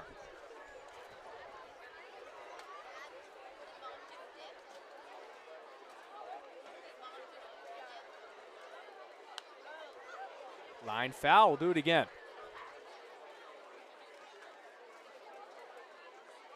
That's more encouraging at 86 miles per hour. So many different faces from different walks of life. Miller just getting his college journey started, and Jackson Kendall, a seasoned vet, was in Duluth, Minnesota, playing for the Huskies the last 2 summers. Miller chops one. Gloved by Beck at first. Throw to second for one. Throw to first. Miller was blazing. So just a fielder's choice, but a good play by Beck.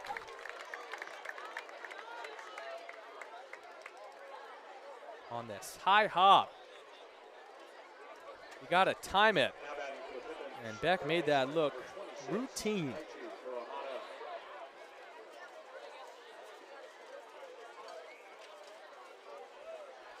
Bringing up Daichi Furahada.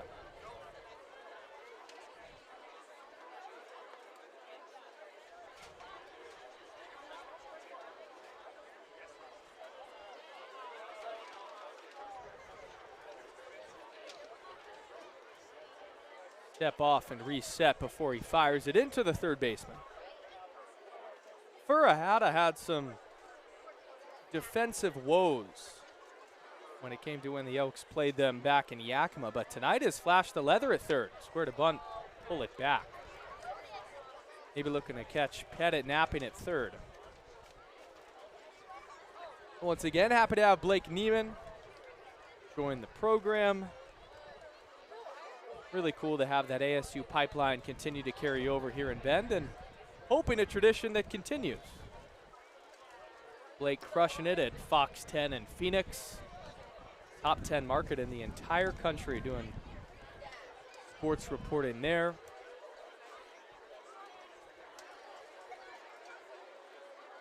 Proud of him for sure. Really cool journey to see. 1-0 misses away. Ground ball would get the Elks out of this frame. Furahada in the third with 2 runners in scoring position, grounded out. And brought in a run.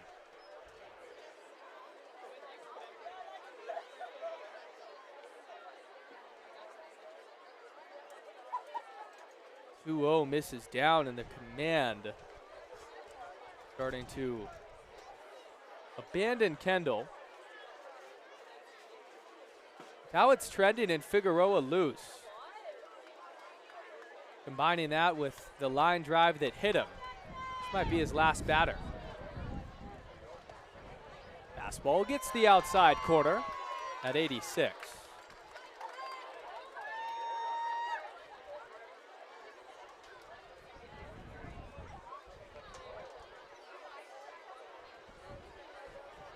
Daichi Furuhata from Southwestern Oregon CC. Miller goes. Fastball off the bare hand of Kendall. Sanders is throw to first. Not in time. Furuhata beat it out. Sanders thought for sure that he got him. And Alan Cox is bent over with his hands on his knees in disbelief.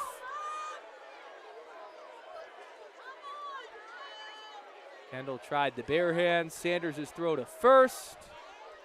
I think they missed this one. Yep. Wow, by a lot, too. That is a major miss by base umpire Jacob Fisher.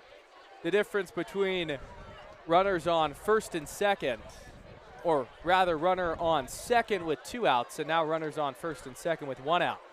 And as expected, I think Alan Cox is going to the bullpen and to Alex Figueroa.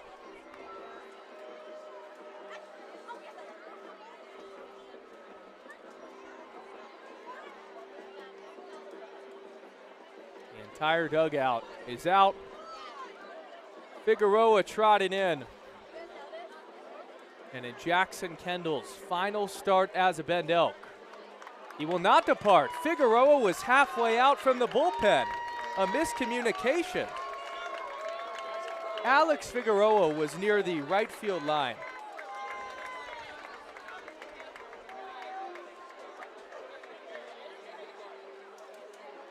You might want Jackson Kendall as your lawyer, because he just convinced Alan Cox, who was sure that he was pulling him with the whole dugout out, that no, I'm staying in. So if you're looking for criminal defense, Jackson Kendall's your guy. Runners on first and second with 1 out, and it's Nick Velasquez. Kendall stays in to face the lefty. And Velasquez skies one to deep left field. Sidko's going back. It's turned around at the track, but makes the catch. And good negotiating, because he gets the power hitting lefty on 1 pitch.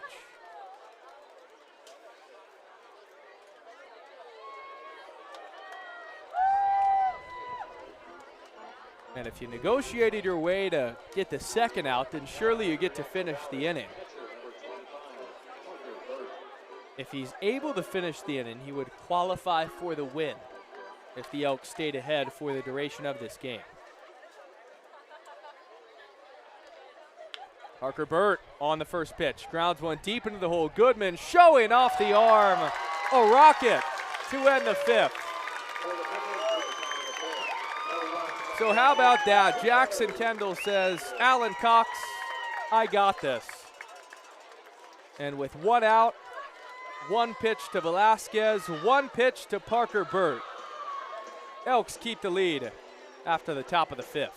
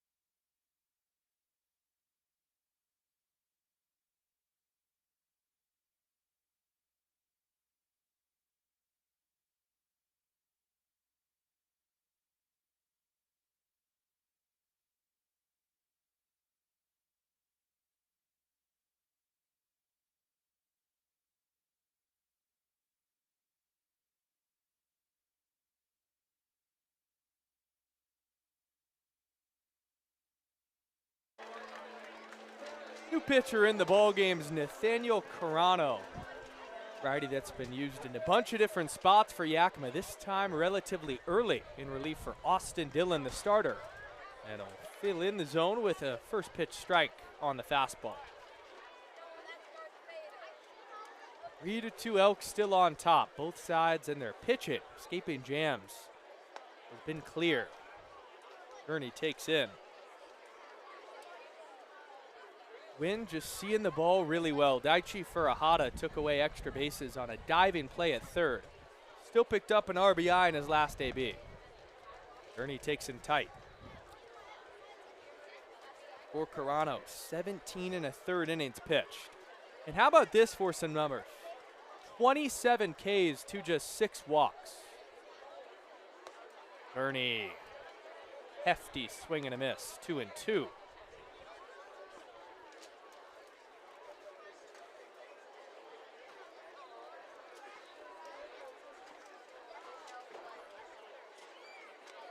And he punches out on a fastball up.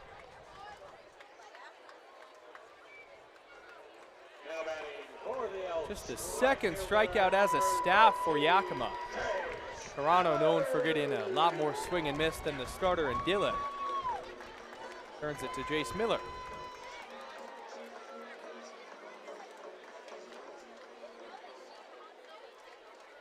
Heard Blake talk about his experience with Jace, which is pretty cool. A seasoned vet here in Bend, you could call him. Big swing and a miss. Miller's walked and grounded out.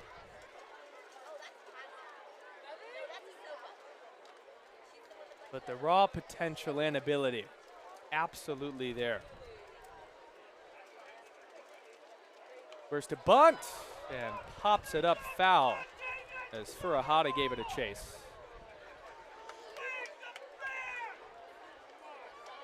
Frustrated fan, they don't like bunts in summer ball.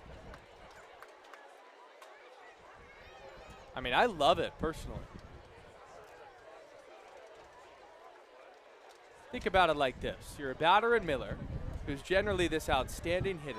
You're looking to turn things around. Why not get the batting average up with a little bunt single? And you see how deep Furuhata is too at third. I mean, he's probably 15 feet beyond third base. Miller takes low. Look at it there. That is a worthy reason to try and lay a bunt down. So I'm with you, Jace. I stand with you. Nathaniel Carano from Honolulu, Hawaii. Miller drives one deep to left field with backspin. It one hops the wall. A stand-up double from Jace Miller. Gets the Elks going in the 5th. There it is, Jace. 98 off the bat and a barrel. Now batting for the Elks, center fielder, number 10, Peter Nato. A hanging breaking ball. Middle up. And Miller was licking his chops. A double and a chance for these Elks to add on. Nato takes a strike. First game of the second half for the Elks. A roller coaster start to this year where you can't really gauge this team. They started off sweeping the Springfield Drifters and then proceeded to lose 6 straight on the road. Nato right back up the middle, base hit. Miller's going to try to score. O'Neal's throw homes up the line. Keaton Nato makes it 4-2.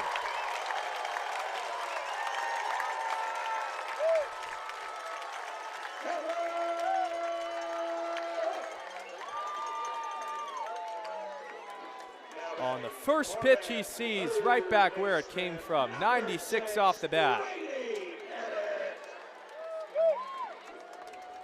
That's Nato's 5th run batted in this summer.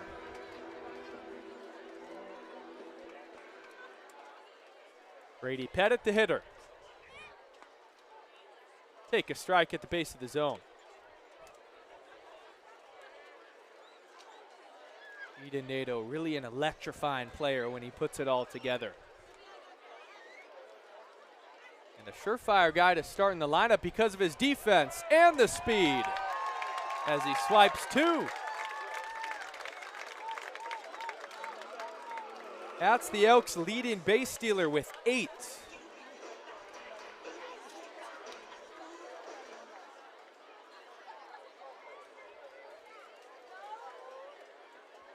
One-one to BP. Grounded softly. Almeida fields it on the run. 2 outs, and moving up to third is Nato.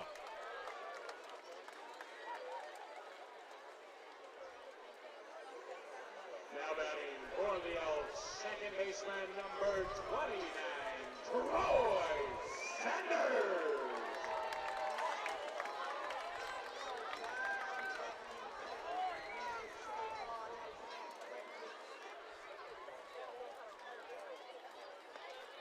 Big swing and a miss for Sanders. Troy reached on the supposed error when that call out at first got overturned when the umps came together. Called it an E5 on the throwing error, but was a funky one as Sanders jumps out of the way. You never can add on too much, especially against a steadfast reliever in Nathaniel Carano. Been a guy Coach Crustangel has leaned on. Sanders takes up. Carano a long look in, wondering where that missed. Coming into his own is Troy Sanders. His father played in the bigs. Now turning a corner himself. Pops it up foul and out of play. Was asking our home plate umpire if that was a strike. Was just a tad in tight.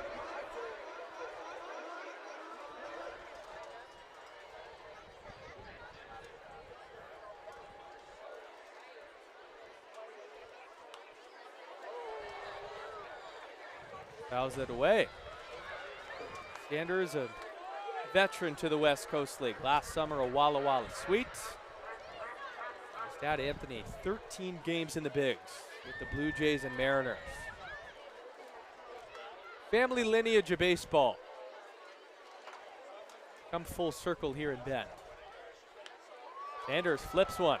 Shallow right field. Tough play for Miller coming in, but he settles underneath it. And that'll end the frame. But the Elks add on another on the RBI single from Keaton Nato.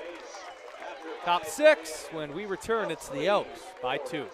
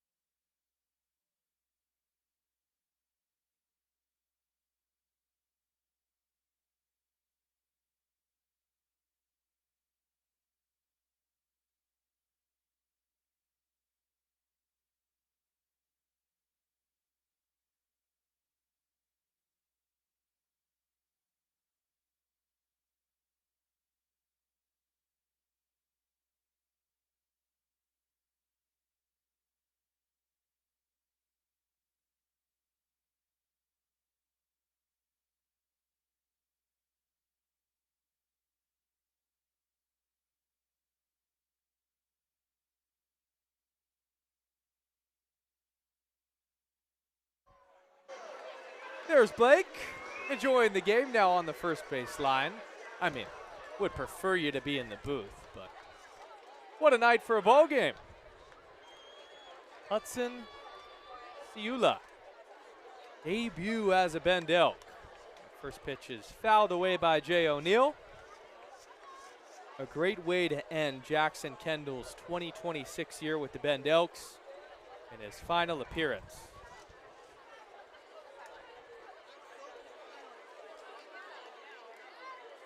Breaking ball misses low.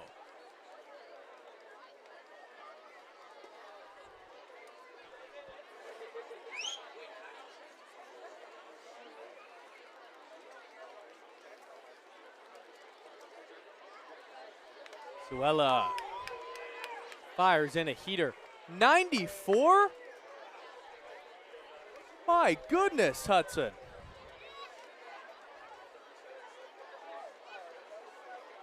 He is 5'10", and just threw that pitch a 94. From Bishop Gorman High School, the iconic one in Nevada. Known for their football team, but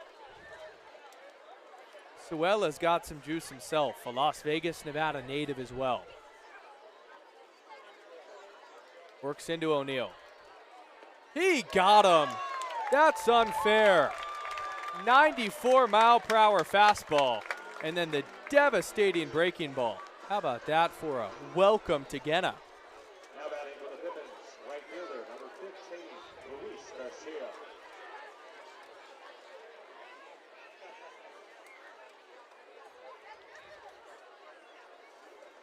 Here's Luis Garcia, hard hit single his first time.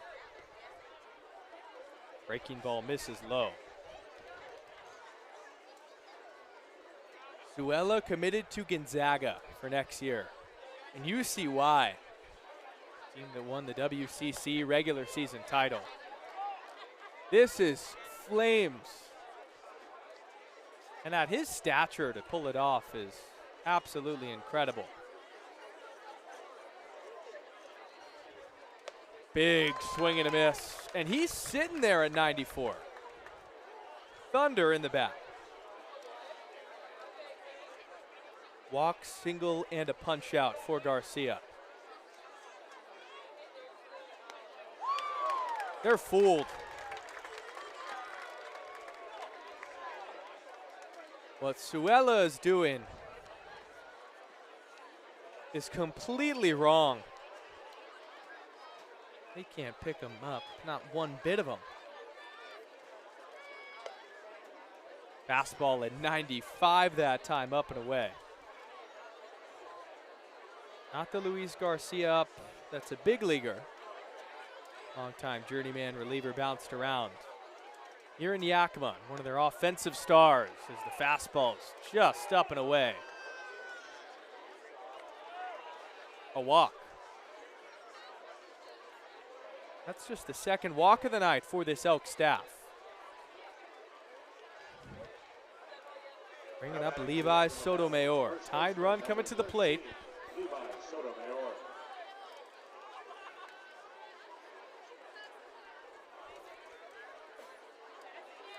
Oh for 2 is Sotomayor.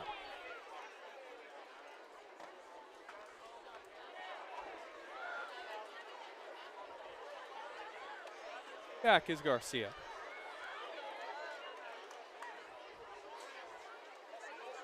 I mean, Blake's got one of the best views in the house. Right there on top of the action. High chopper to Sanders. Sticks with it. Double clutch. Throw to first. And got Mayor. Up to second is Garcia. But had to hold your breath for a second.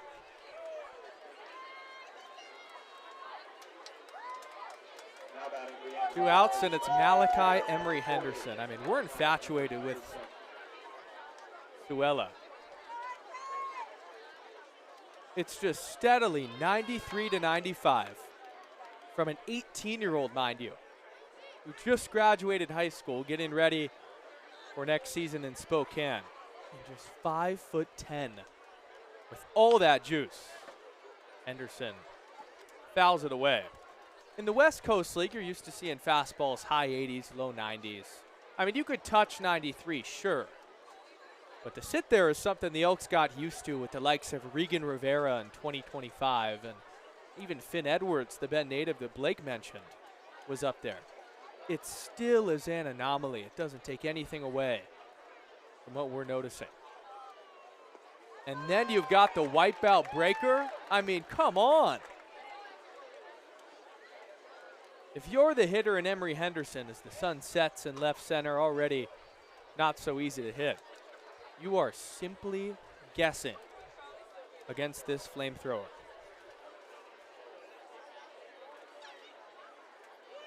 Inning over. Take a bow. Hudson Suella, 2 Ks in his first frame as an Elk, and electricity throughout.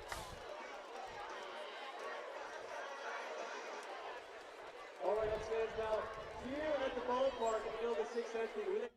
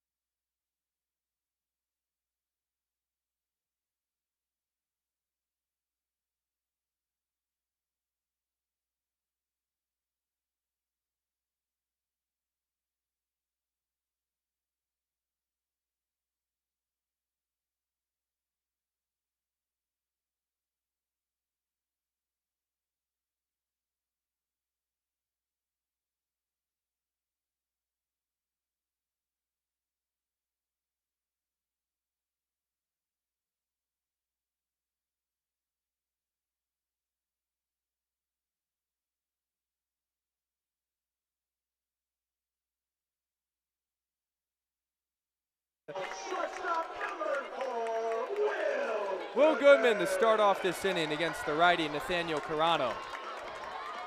Elks up 4-2. And that was just spectacular by Hudson Suella. Recently graduated high school. And one of the more, if not the, impressive arms we've seen at Genna this year. Goodman's 1 for 2. Swings through the fastball.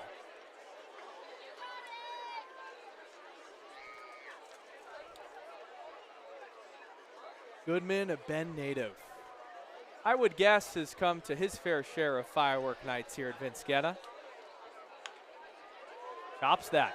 Really tough play for Almeida. Does he have time? He doesn't. An infield single for Will Goodman.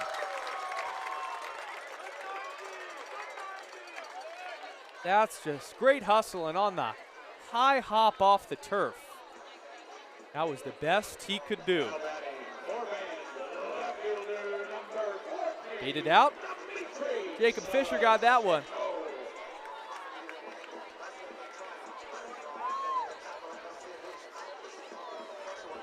Dimitri Sisidko, top of the order.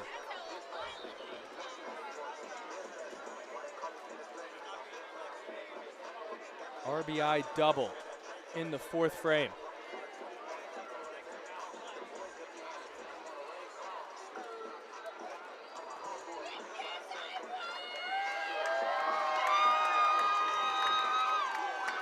We've got an equipment malfunction with our home plate umpire.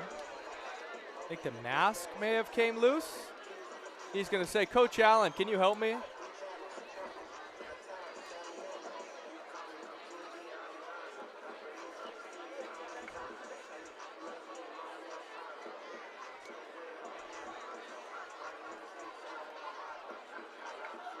Looks like the chin guard popped off of our home plate umpire. Still don't have a name.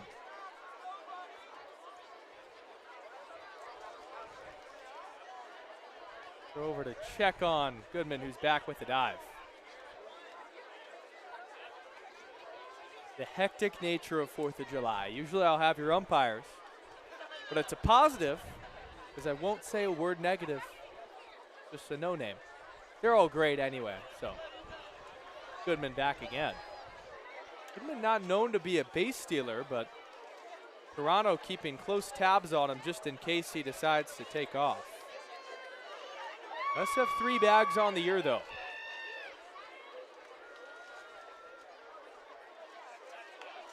Sidko fouls it away. Dimitri's been arguably the best story of the year for these Elks because you come in from Saddleback College and you have little expectation. Now committed to Coppin State, but you're not this highly touted guy from a Division I major program. And you still show that I'm the best player on this team. He has been. And a 2-hit night only gets that average higher. And gives some more ammo for that argument. This raid would likely be an all-star for these Elks. Where's the bunt? A perfect one down the third base line. Furahada kicks it. Sisitko beats it.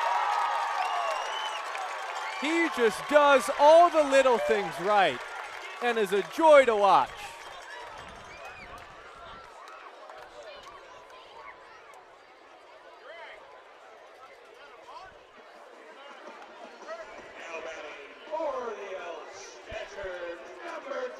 That was a tough play by Daichi Furahada. They're going to give Sisitko an infield single.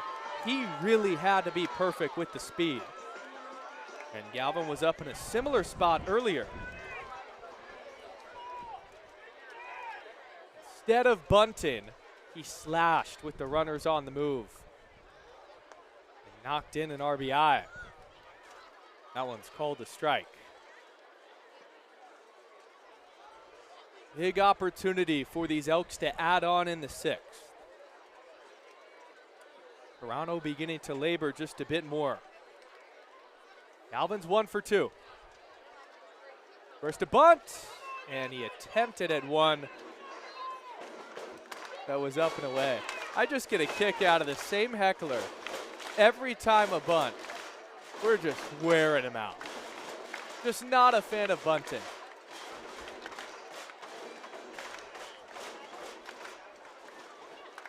Good thing for him with 0-2, the bunt will be off. And Galvin grounds one.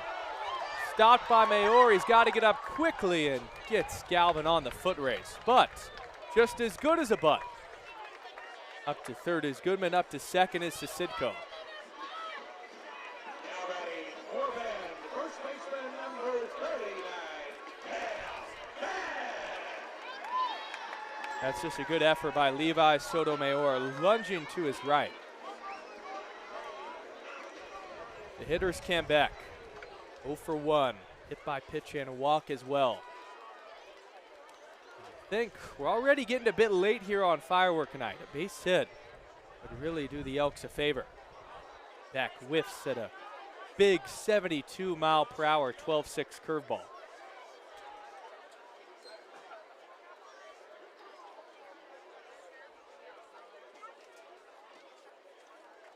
Entire infield drawn in for Ahada, Almeida, Velasquez, and Sotomayor, third to first.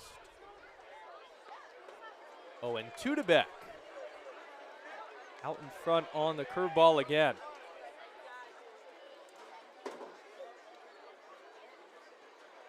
One job for Cam, just a ball in the outfield, and that would do the trick. Toronto, when he pitched against the Elks in Yakima, was able to give them length and go deep into a game. So maybe the same plan here. Beck strikes out on 3 pitches, and it's the same pitch.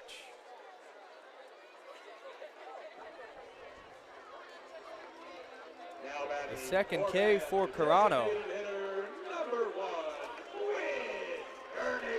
Win Gurney, the last chance in this frame. You know you got a 2-run lead, but you don't want this opportunity to be wasted. And Wynn's a guy you want up. Gurney checks his swing and misses low.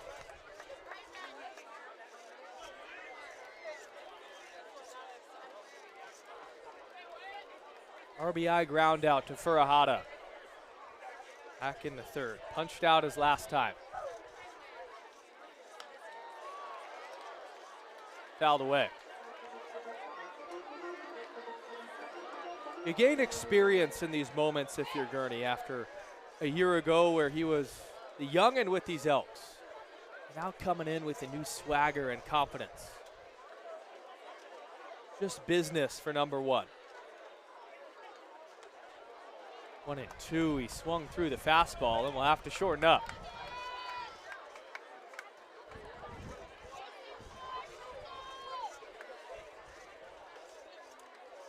Goodman and Sisidko still on the paths in front of this packed house, seeking to erupt. Gurney grounds one to Almeida at short. He's got to hurry. Speed of Gurney, and he got him to end the frame. Elks strand a pair in scoring position. You hope that doesn't come back to bite him. Still on top, though, by 2. We roll on to the 7th.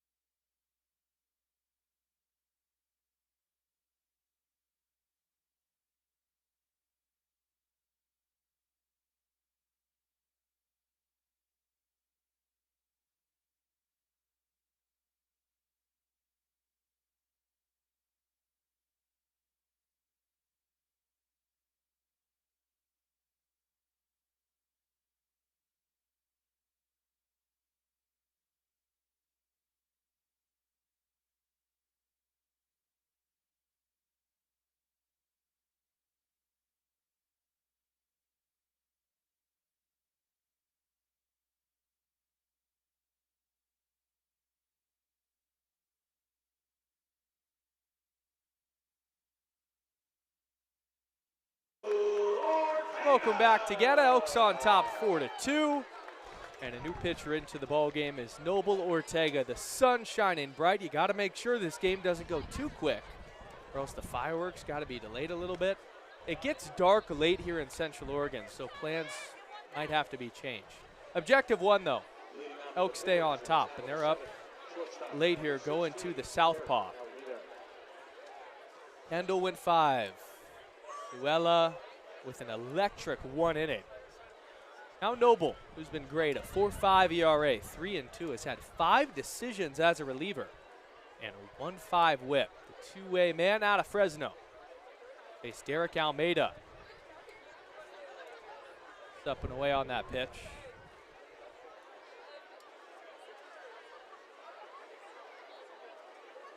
Ortega looking to make the jump to the Power 4 level.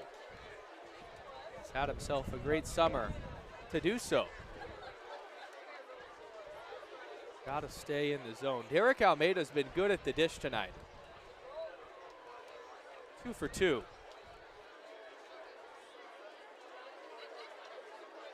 Last time had the single hard hit through the left side.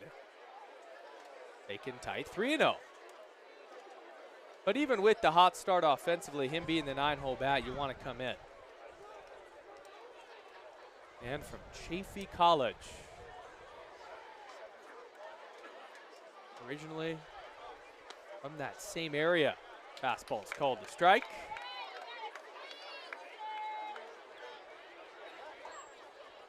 Played in Alexandria in the Cal Ripken Collegiate League. Made his way to Yakima. Theo Ortega with both feet pointing right at the hitter. His unique windup. But a walk to open up this inning. The wave is starting at Genna.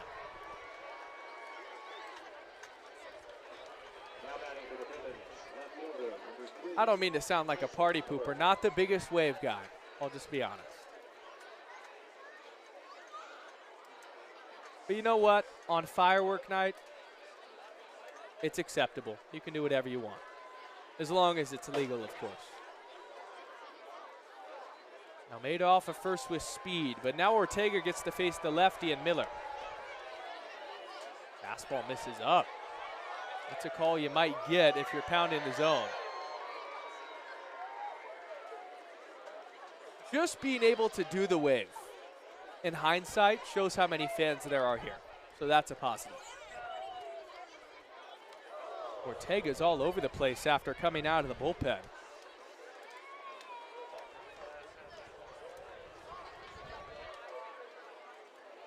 You know how talented he can be, just looking to dial it back in. Taking a deep breath from the third base side. Up and in. Watch out, Tyson Miller.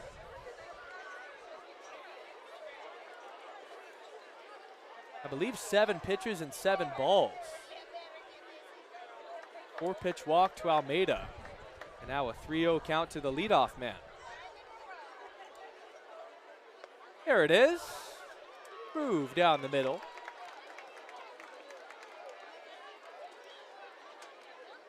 Got to come in against the top of this order. Furuhata on deck, then Velasquez. The best hitters in this Yakima lineup. That's flared up the middle and past Sanders for a hit. Now Almeida moves up to 2. And although it's just 72 off the bat, a jam sandwich results in a knock.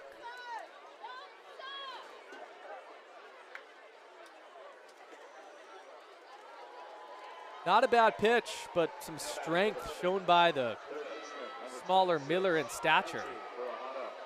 And Coach Crustangel, who's already warranted some groans from this home crowd, is now getting even more boos because he's calling an offensive timeout.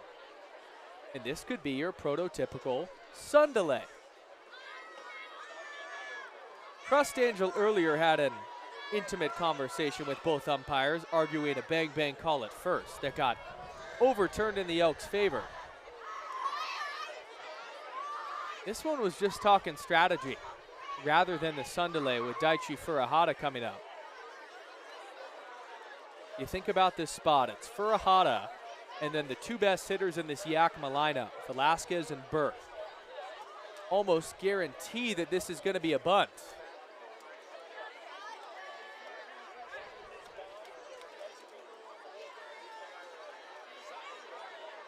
Furuhata, an RBI in the third.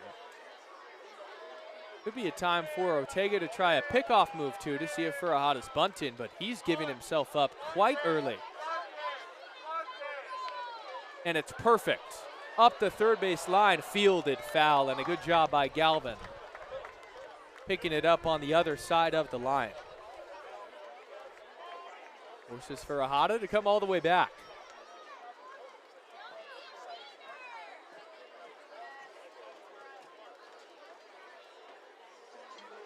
Daichi quintessential when it comes to executing in spots like this. The reason he's in the lineup for Crustangel. It was a good bunt, it just went to the wrong side of the line. An inch to the right, you've got yourself a knock. That creeping in at first. 0-1 from Ortega. Breaking ball, fouled away. 0-2.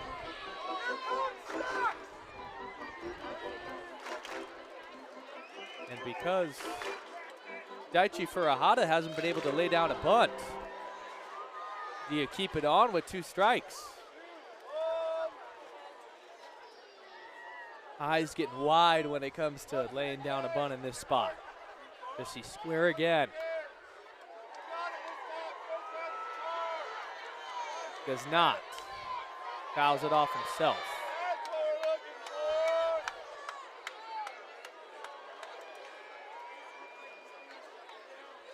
Major spot in this game. Furuhata not able to do a job when it comes to getting the bunt down and getting the runners over. I would allow the tying run to be in scoring position. Ortega pitching for the punch out or a ground ball. Close stance from the right side from Daichi. Ground ball, softly foul, and he stays alive.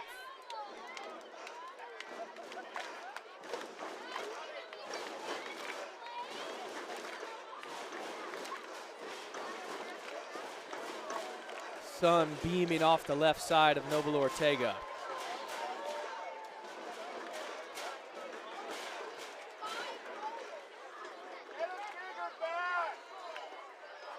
Elks dugout, chopping it up.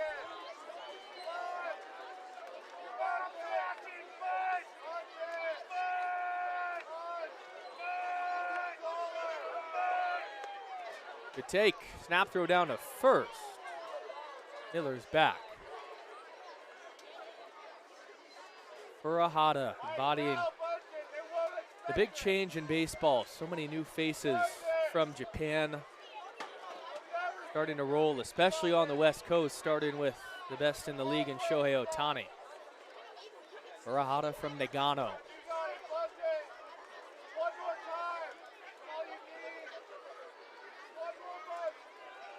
Down and away. Great stop by Galvin.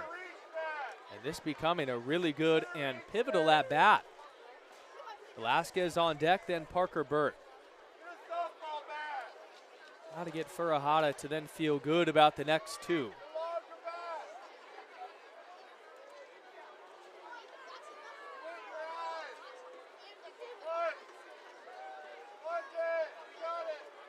He got him, fishing down low.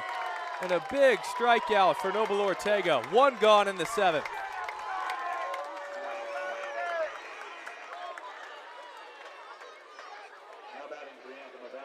After the walk and the single, settles in on that 77-mile-per-hour curveball.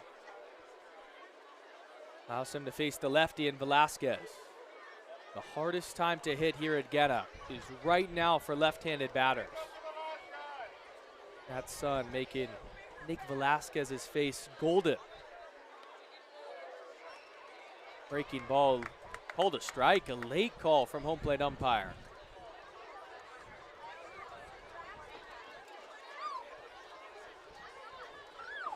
Velasquez can't believe it. Long chat with him, and now digs back in. Always tough when it comes to getting those calls after the catcher drops it. That time it was there.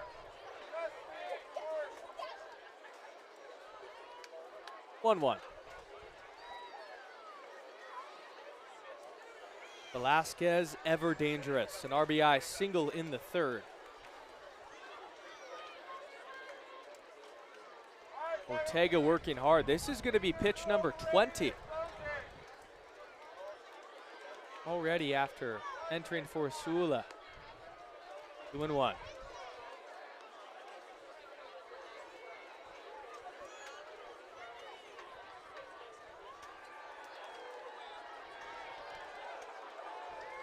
Small school product, putting the entire West Coast League on notice. There's a lock for the All-Star game in Victoria coming up. 3-1. And a pitch where Noble Ortega now has to come in. This becomes arguably the biggest pitch of the game. 4 runs for the Elks. Just 2 for the Pippins. 8 for Bend to 7 for Yakima. But the Pippins have committed 4 errors that have given the Elks this breath of life.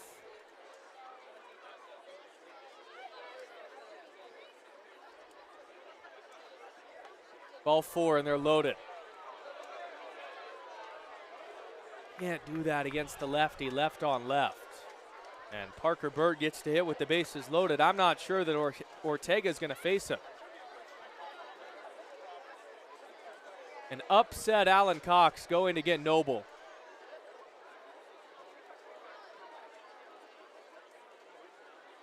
You can sense that frustration. It doesn't get more frustrating than the base on balls. And they'll go to their sidewinder, Alex Figueroa, in the biggest spot of this game.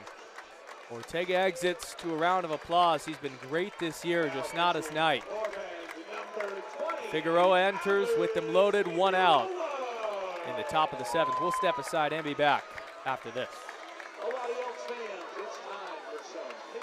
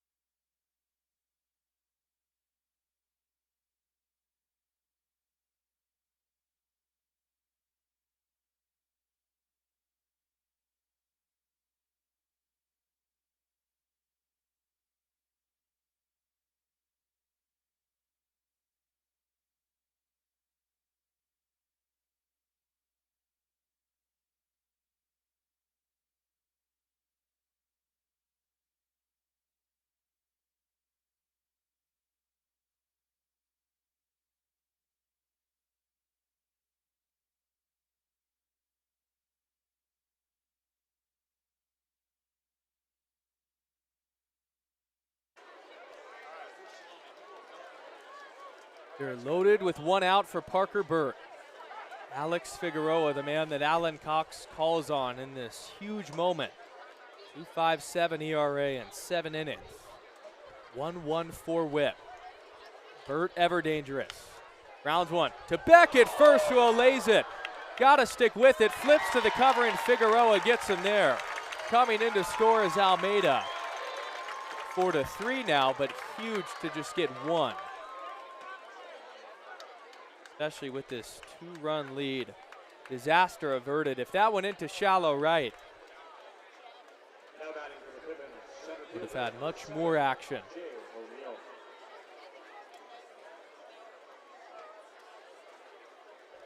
Good awareness by Fig to move over. 4-3 for Jay O'Neill. Base hit would give Yakima the lead. Fastball misses in. Figueroa with his crafty delivery from the right side. Super hard to barrel up. A Walla Walla sweet a summer ago. But it's been a joy to have in Bend with his effectiveness. O'Neill hits one sharply right at Sanders, who corrals it. His throw to first is offline. Miller comes in to score. So does Velasquez. A disaster here in Bend on the E4, and Yakima takes the lead.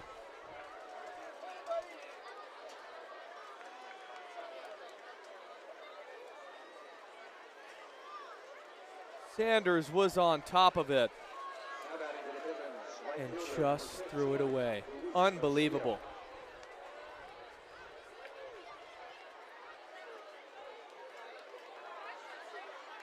The story for Yakima has been opening the door for the Elks with their 4 errors. And Ben gives it right back. Now 5-4 Pippins. It'd be one thing if the throw was not routine, but it was about as easy as it gets, and Sanders just rushed it. A man who's made so many positive impacts for the Elks. Throws it away with the glove.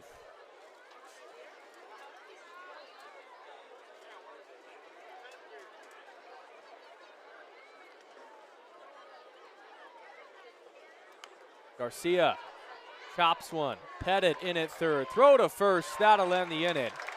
But not after the costly error by Troy Sanders that gives Yakima the lead. Stretch time here at Genna. We'll hear this packed house sing it and be back in a few.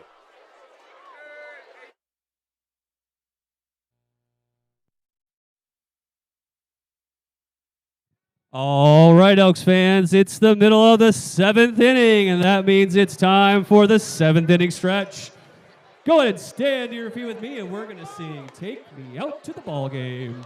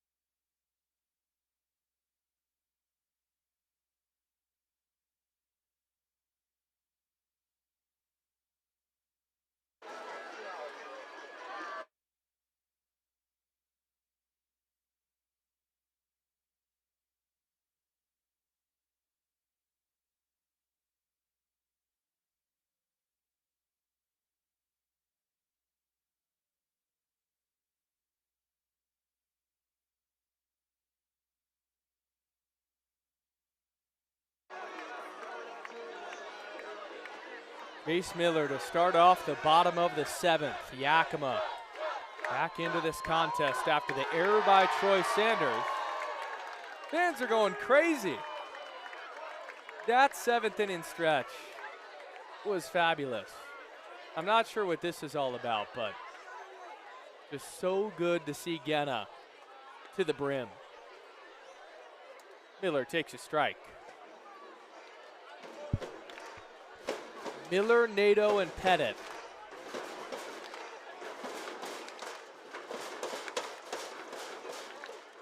Still Nathaniel Carano pitching.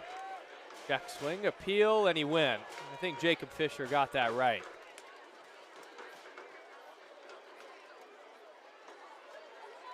Miller got tied up on 91 up. Maybe the best swing since Jace has been back as an Elk in his last at-bat where he doubled. 1-2, grounded softly. Almeida's gotten a lot of work tonight. He's got to hurry and just got Jace.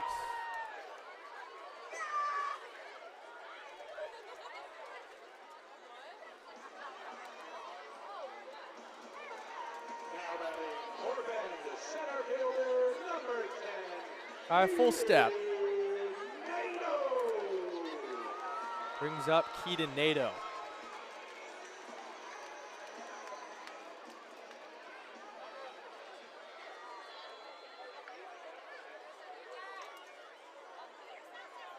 Nato an RBI single in the 5th. Takes the Bender for a strike. I mean, what Carano has done is putting these Elks hitters in a rocking chair. You see the 90-mile-per-hour fastball and then the big looping breaker. Nato to Furahada. A lot of speed and a great play by the Yakima third baseman for the 2nd out.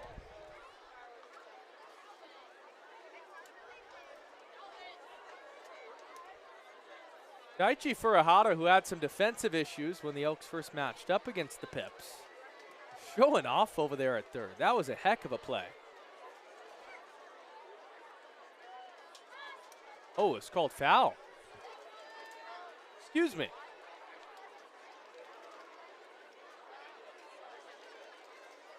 That's always a tough one.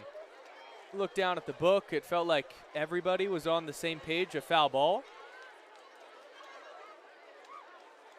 Also, was that a foul ball? Home plate umpire was on it. Check swing misses up. I mean, they played that entire play out. Even the base umpire gave a signal. It was just our home plate umpire that had it. Veneto's retired anyway on a breaking ball. And he's frustrated at something, maybe Carano quick pitching him. The third K for the Pippin reliever. Now batting for the Elks, third baseman, number 6, Genna.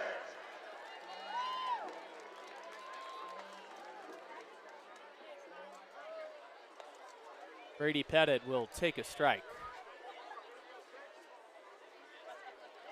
That's the beauty of what Nathaniel Carano can do.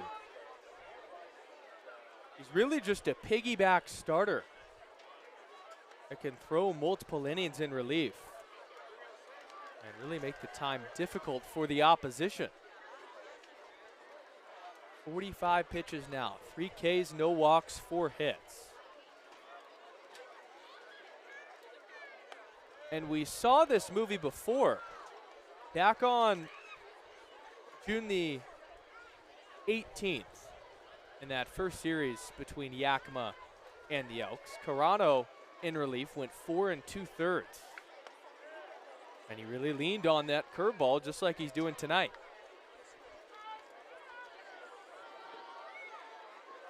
He had 7 Ks in that game in 4 2/3 with just 1 walk. Pettit takes low.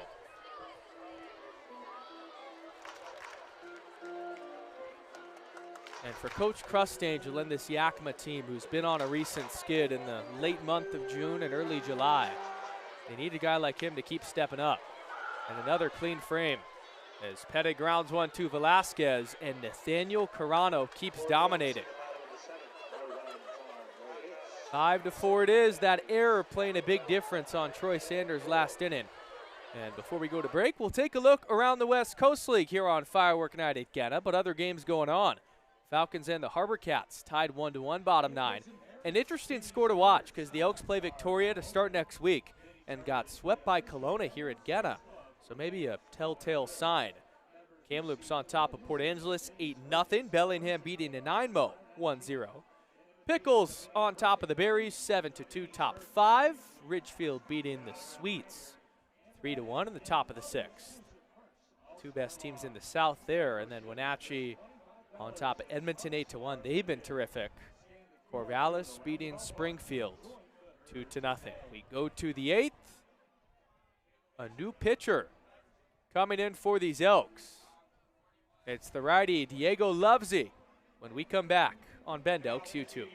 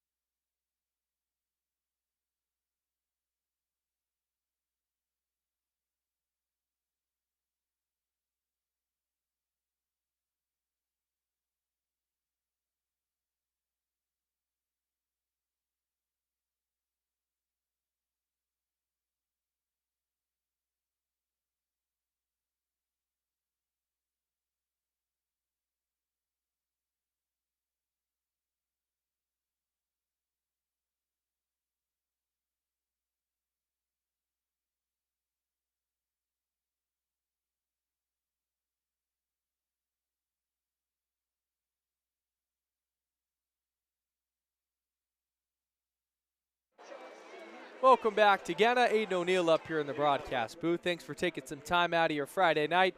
1-3 against Yakima, and a gorgeous night, a special one for the fireworks. That will be just after the conclusion of this game, so do not go anywhere. But the Elks now trail the Pippins. Costly error by Troy Sanders a frame ago, and Diego Lovesey, the new pitcher on the mound for these Elks, looking to right the ship. Lovesey will face Sotomayor, and the first pitch. This is down and in. This is the Elks' 5th pitcher, whereas Yakima's only thrown 2, and it's because of the effort by Carano in long relief. Lovesey's been good. Glendale Community College a year ago, committed to St. Mary's to be a Gale. So many members of that group somehow make their way through Bend. A strong pipeline, and Lovesey the next in that chapter. Sotomayor is 0 for 3. 1 and 2. Chase down and away. Lovesey, a day off for him yesterday, but in game 2 of the series against Walla Walla was the one that got the save, that came in to save the day. 2 and 2 on a changeup. Josh Jackson in that game was struggling to find the strike zone. Only went a third of an inning, gave up 2 runs, and then Lovesey. 2 outs, only 1 hit allowed, and his first save of the year. 3 and 2 to Sotomayor. Already down 1, you don't want to walk anybody. 7, 8, and 9 in this order.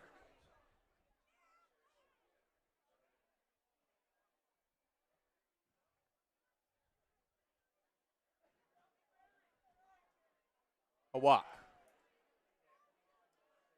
That is the 5th walk for the Elks as a staff, and it starts off the 8th.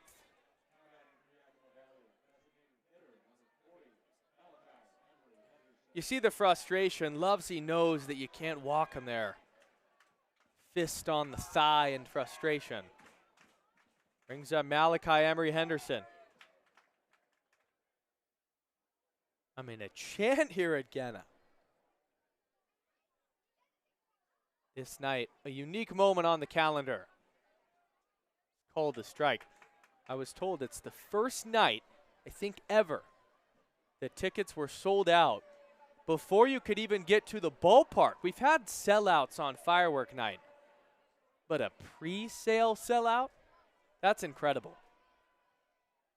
Emery Henderson, 3 at-bats and 3 strikeouts, seeking to avoid the awful golden sombrero. I mean, even the beer garden. Look at that. A lot of new friends you can make down there tonight. 0-2 misses down. And you couldn't ask for better weather. Not a cloud in the sky, which is perfect for fireworks, similar to our night of the drone show. And then a sunset in left center field with the Sisters Mountains painting the picture. Miss is in tight and gets to the backstop, allowing for Sotomayor to move up to 2. That is a big 90 feet at this stage of the game, because Yakima, if they can push across an insurance run, we know how pivotal that can be.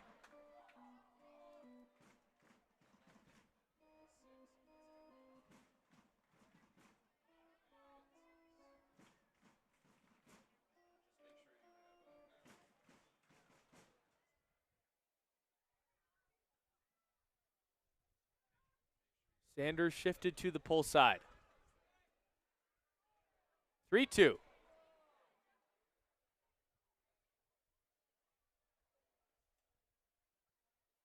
Now Malachi Emery Henderson is seeing the baseballs tonight, striking out 3 times. This has got to be in the zone if you're Lovesey, and he knows it. Got him! The golden sombrero for Malachi Emery Henderson. His 4th strikeout, and gets Lovesey back on track.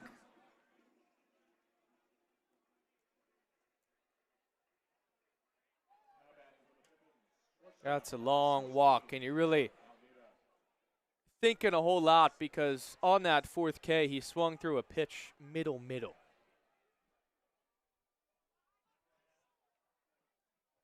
Digging in is Derek Almeida, who's reached all 3 times in the 9-hole.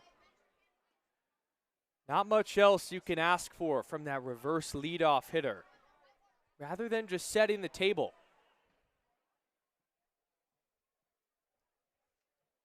He has done that and then some.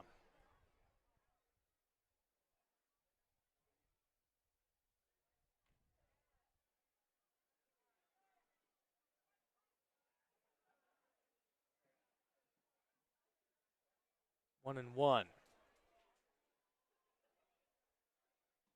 Lovesey a competitor, and getting ready to join a program that just had one of their best seasons in history, defeating UCLA twice in UCLA's own regional.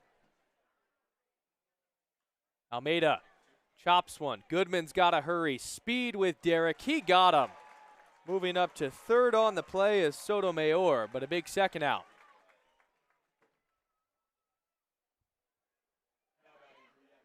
Will Goodman. I mean, you can't say enough about just how good he is at defense. Top of the order with Tyson Miller. Chance to add on if you're the Pips. Chance to escape if you're the Elks. And get this crowd back on your side. Long look in from Lovesey. The last time Miller was up, he singled in the 7th. First pitch called a strike. Miller, 5 runs batted in. A 1-for-4 night. Sanders shifts him to the pull side, giving him the entire middle of the infield. Oh, one misses low, and a great block by Galvin.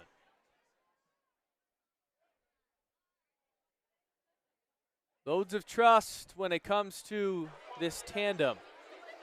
Working with Marcus Galvin, the catcher, because of how steady he is behind the dish. 2 outs, 1-run game, an insurance run 90 feet away. Miller checks his swing. Did he go? Fisher says no. He didn't even notice they were appealing it for a solid 3 seconds. Take a look at that replay. Did he? Did he? And finally said no.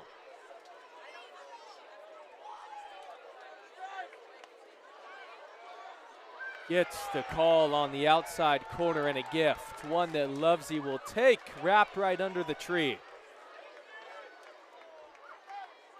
An opportunity for this packed house to erupt. This is low, and what a block by Marcus Galvin. Rotating his body over and stopping that is critical. Let's take another look at it. He's starting on one knee, has to lunge to his right. That is fabulous. Another look. We're getting to the territory of maybe game saving. It's that seismic. Miller not going down without a fight.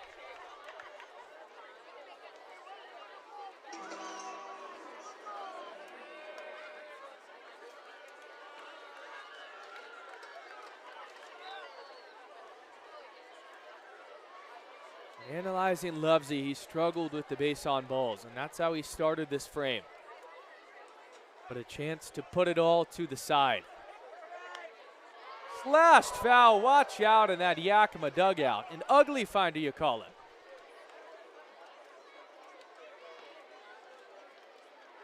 The baby blue caps disperse. Not wanting to get hit with that line drive. Happy everybody's okay.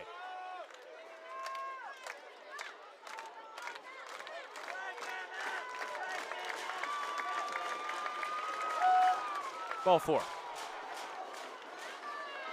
The inning continues for Daichi Furuhata.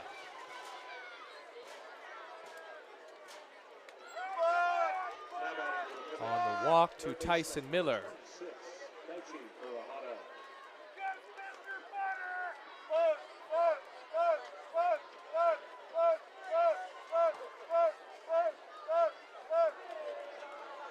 No harm done if you can just get the next guy. Sotomayor at third, Miller at first. Furuhata struck out his last time through.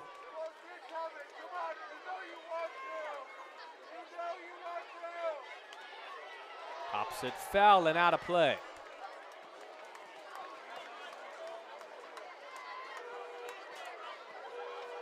Times you won't forget if you're on this field. A lot of these college players generally playing in front of crowds of maybe 400 or 500. And tonight you get a packed house for a minor league game. You haven't gotten an official attendance, but people as far as the eye can see. As Lovesey with the courtesy throw over, just to respect the speedy Miller. Tyson leads the team in stolen bases. He's got 9. Don't want to run into an out though at second. Verhada chops it. Lovesey falling off the mound, he kicks it.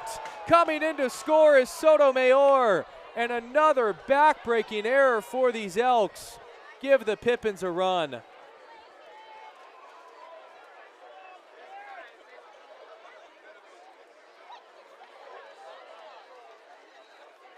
It wasn't the easiest play for Diego Lovesey, but one that needs to be made. He thought about the flip before he secured the catch. Make that 7 combined errors for both teams. This lead has been given to Yakima on a silver platter. And the hitter's Nick Velasquez. An Elks team that has struggled fielding the ball all year, last in the league in fielding percentage. Coming back to bite them. On paper, the stats don't lie. These have been the 2 worst teams fielding. And the 7 combined errors speak on that. Fastball misses away. Big secondary off of 2 by Miller, but he scampers back. Now 6-4 Pippins as the tide could be turning, and Galvin recognizes that.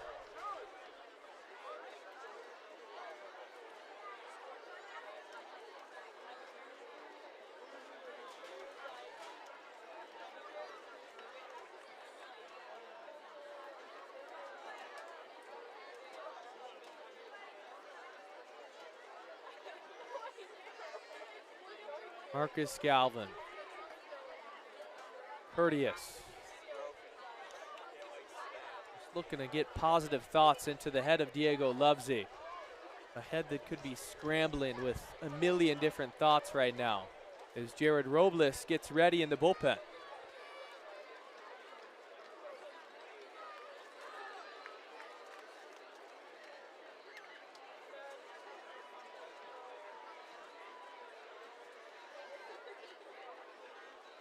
Two and 0 to Velasquez. Oh, takes a ball, but that was in the zone.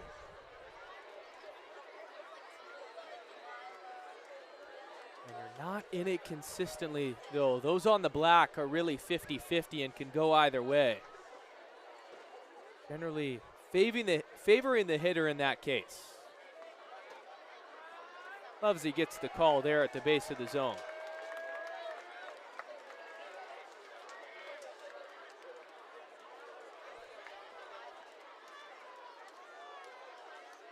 Pippins in that opening series against the Elks took game 1, where Ben bounced back to take the series. Sanders gets another chance. His throw to first, just Scott Velasquez. That'll end the 8th, but not after. An E1 that brings in another run. The 2 errors, one by Sanders, one by Lovesey. At the moment, the difference, as Yakima leads by 2.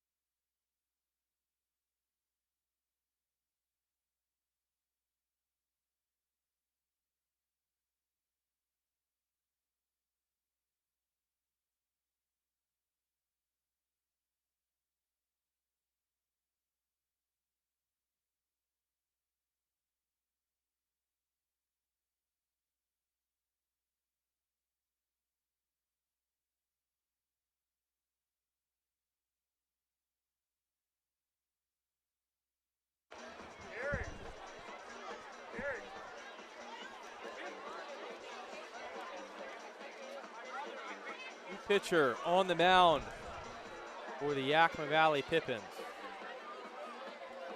It's Francisco Lopez, who's been a dominant reliever for the Pips. No runs allowed, a .63 whip, a guy the Elks have seen before. But that doesn't make it any easier. 6 1/3, 9 Ks to just 1 walk. The comeback kids just a night ago walked off the Walla Walla Suites. Official attendance, 2,863 Elks fans here at Genna. As time is now called between Bert, our home plate umpire, and Lopez. The 8 for the Elks, second baseman number 29, Troy Sanders.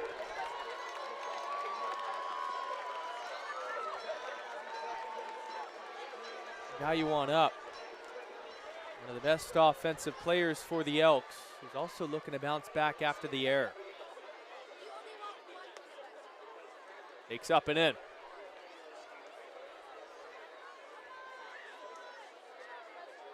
Francisco Lopez, Yakima Valley College. And staying in Yakima for the summer. Sanders swings through the 1-0. From Pasco, Washington. Been in the WCL for quite some time. 3 straight years in it. 2023 with Walla Walla, the last 2 with Port Angeles, and now in Yakima, making his rounds. Sanders tonight 0 for 2. Takes a strike. Sanders, Goodman, then the top of the order.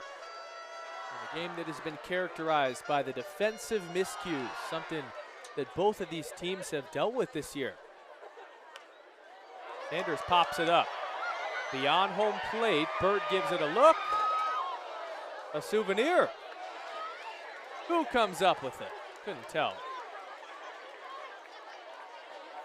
The American flag waving though, people getting patriotic, and oh no, is Lopez okay? He is down on both knees beyond the mound and spitting up, almost like he's dealing with flu-like symptoms. You don't want to assume anything, but he's sick out there.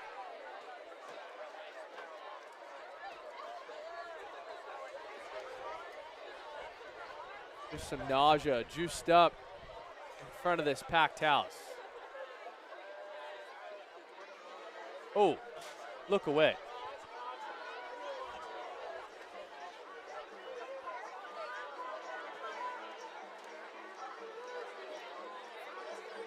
This is common practice for relief pitchers, though.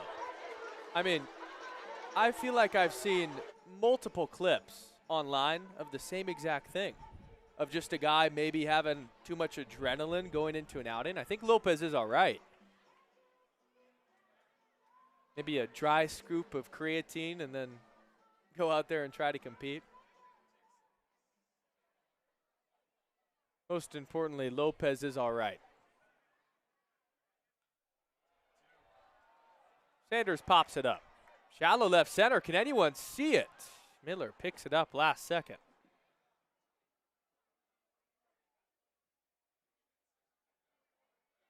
First out of the inning.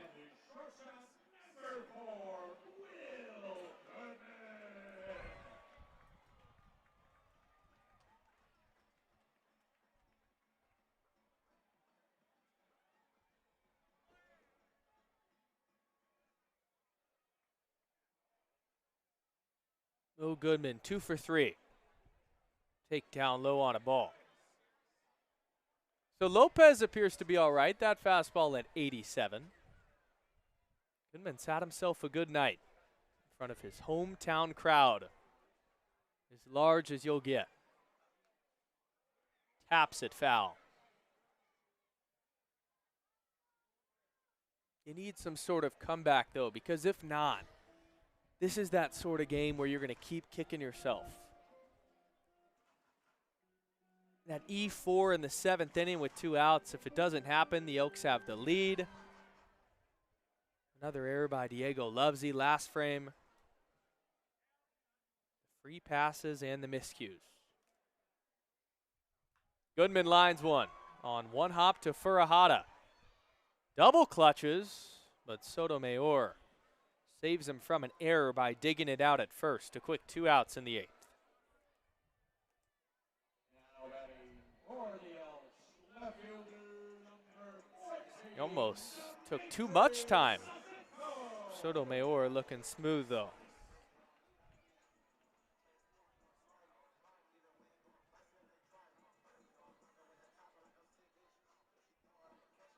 How about this for a night for Dmitry Sisitko? 3 for 4 with a double and 2 singles. In the hunt for the batting title, looking to make it back-to-back Bend Elks to win it. And a 3 for 4 night can only help.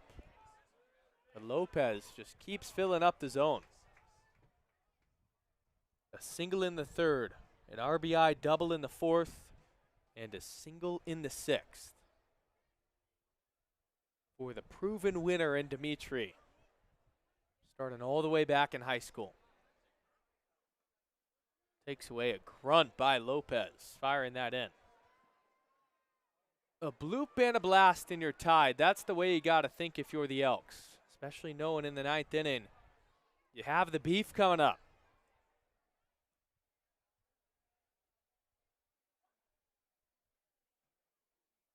Sitko takes up and in, 2-1.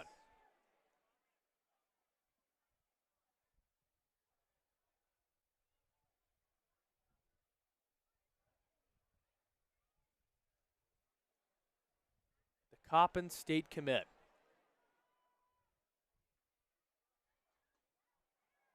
He's really made a name for himself here in Bend and had the highlight of the year the other night in stealing home. So improbable, so fascinating that it's a spot we'll look back on for years. Here his task is to just reach against one of the best relievers in the WCL. Sitko sprays it foul.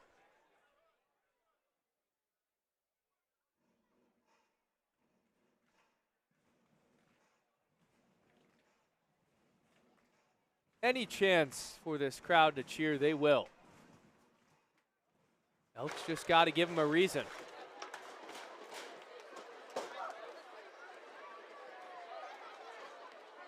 2-2 with 2 outs. This is low and in. Good stop by Burt.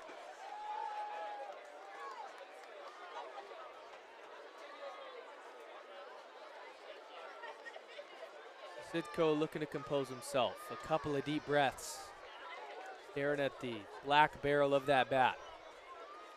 Lopez working quick. Sitko stays alive. Much longer game that we have tonight versus yesterday. Not the same sort of pitcher's duel. And awesome too, because there likely won't be a delay for the fireworks show. Payoff. To Sitko. To Furahada, who boots it. Another error for Yakima, their 5th of the night. And it's going to bring the tying run to the dish in Marcus Galvin. Daichi Furahada. That is costly. Elks got to make him pay. For the Elks, catcher number 20, Marcus Galvin.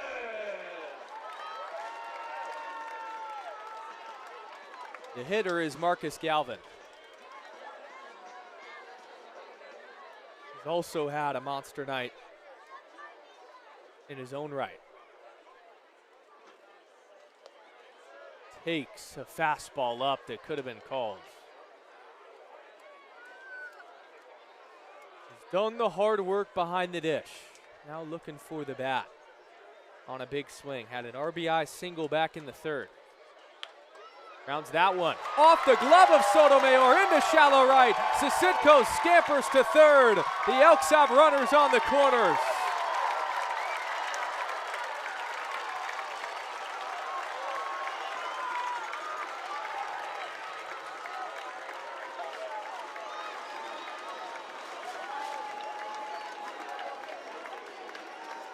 Sitko read it late, but still had enough time to book it all the way there.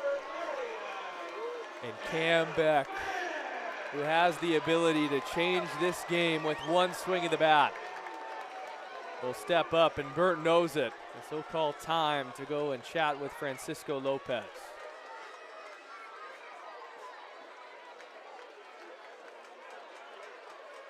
Just a quick one. Maybe just stay on a corner is the message. Oh, Elks fans, 2 on, 2 out. Let's make some noise.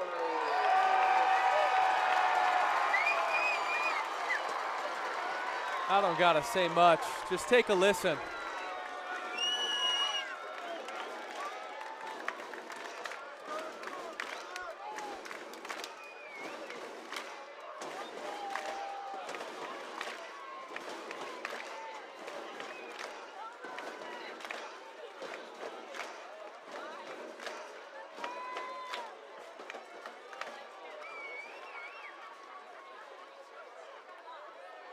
One and 0. As Beck takes low. Base hit would cut the deficit to 1. A ball in the gap with a 2-out jump from Galvin could tie this game. And if anyone can do it, it's Cam Beck, who takes a big curveball for a strike. Elks last night walked it off in a legendary moment for the young and Jordan Ortiz. Another young bat in a big spot here. Good take from Beck, 2-1.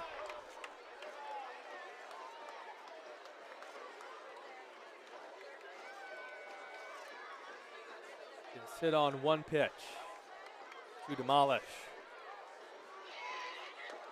3-1, and Lopez has to come in at some point. Win Gurney on deck. Equally as tough.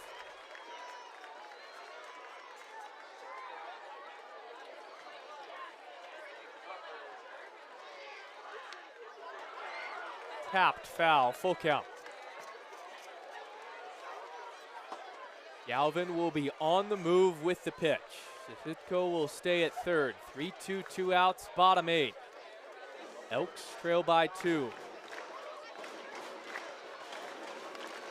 Playing catch up, but looking for some fireworks before the sky is lit up post game. Beck strikes out.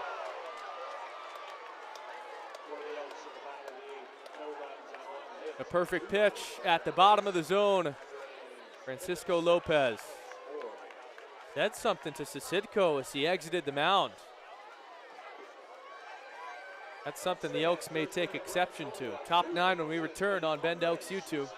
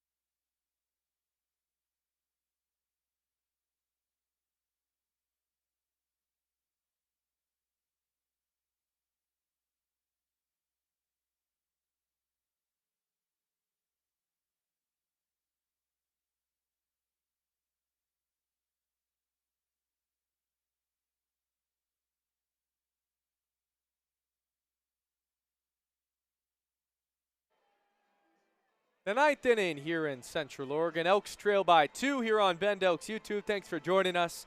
on Firework Night. And make sure to stick around post-game. We'll have the fireworks for you right here on Bend Elks YouTube. And if you haven't subscribed yet, we're with you all season long. This is just the beginning. We're at the halfway point. Well, not the beginning.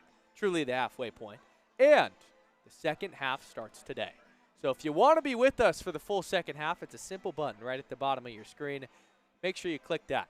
Elks playing catch-up. The air is biting them once again, and they'll go to one of their most trusty relievers in Jared Robles out of the bullpen to limit this damage. They had a chance last inning to get back in this game. Were unable to do so. Robles, a 4.11 ERA, 2-0 with a 1.5 whip. To Parker Burt. It's called a strike. Best batting average in the WCL. Burt coming into tonight, and the Elks have held him down.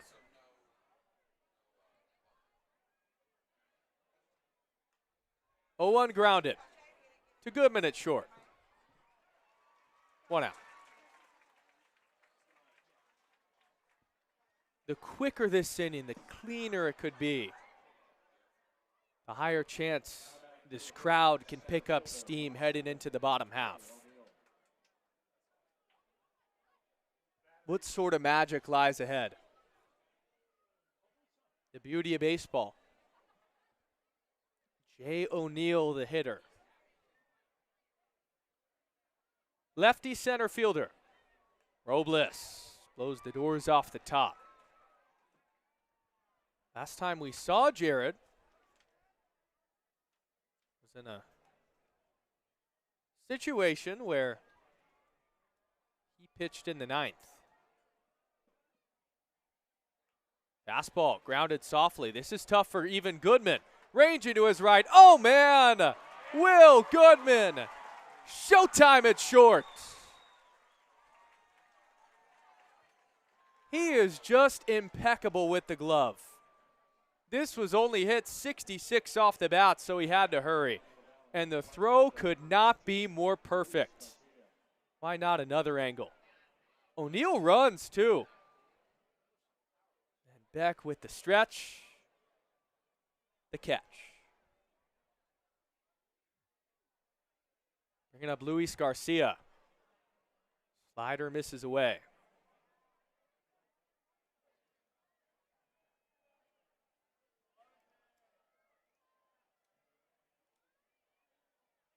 This will just be the 6th pitch for Robles in the 9th.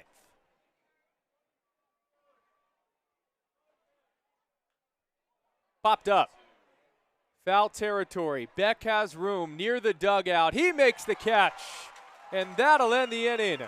Jared Robles, just 6 pitches thrown, and all the juice to the bottom of the 9th.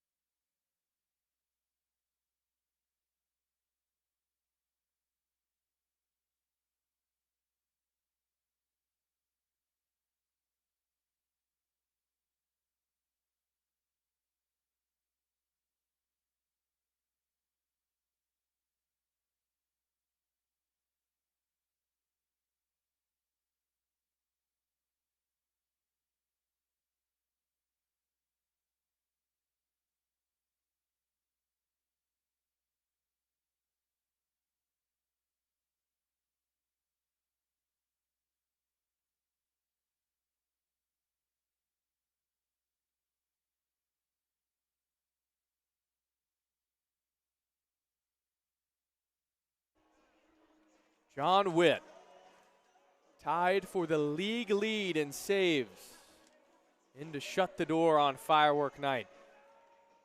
But the Elks looking for some dynamite of their own. Witt with the 5.11 ERA. 0-1, a 1.7 whip though, so he allows a lot of base runners. And the Elks can take some positivity in that. Just 9 Ks to 7 walks. But Coach Crustangel constantly puts him in these spots to slam the door. He'll face Gurney, Miller, Nato. Tough group. It'll start with Wynn.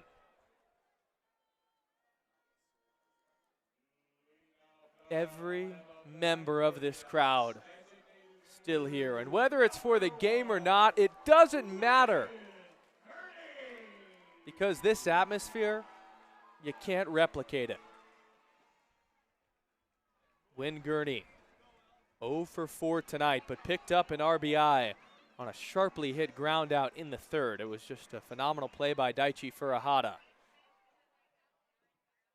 Swinging a good piece of lumber. 10 appearances for Witt where he's picked up 5 saves, and this is another spot to take the lead in the WCL. First pitch is called a strike.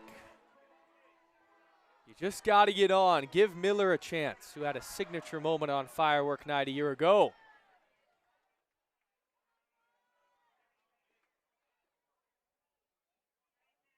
0-2. Gurney was way out in front.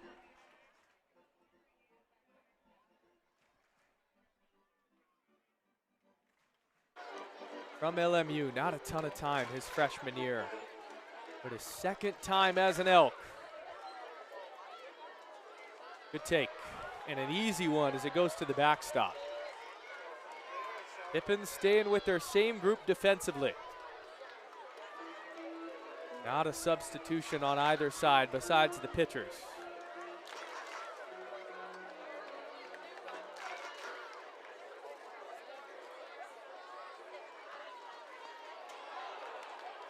One out.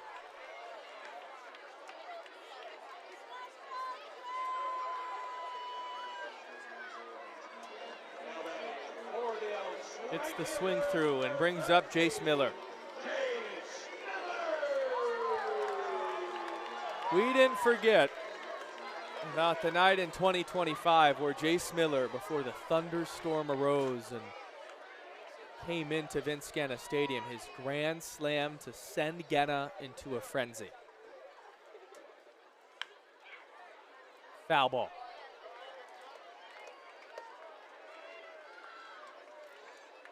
And even if it's just an inkling in the back of Miller's head, you have to imagine that he's thought about that moment since.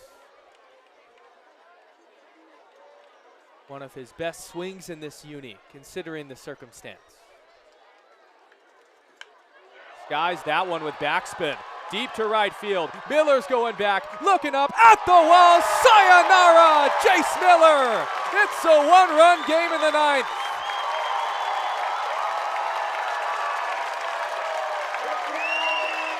His first of the year.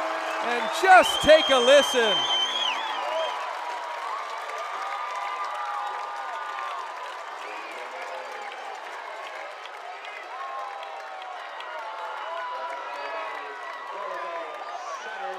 An impressive swing of the bat to the opposite field. Elks not done just yet.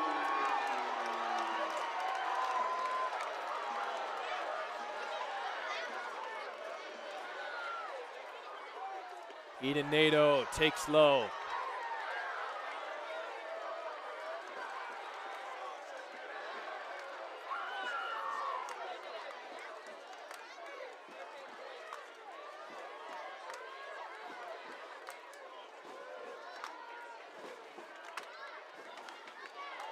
One. That's where that insurance run on the air was so big to give Yakima this lead still. But take a look at this swing. Jace with the backspin off the scoreboard. Unbelievable. But the Elks still know they got to work back. Still trailing by 1. Nato with a shake of the head. He knows he should have let it rip there. Brady Pettit on deck. Seeking to reach and represent the tying run. Nato grounds one sharply. Backhanded by Velasquez. Throw across his body. Not in time. Keaton Nato beat it out.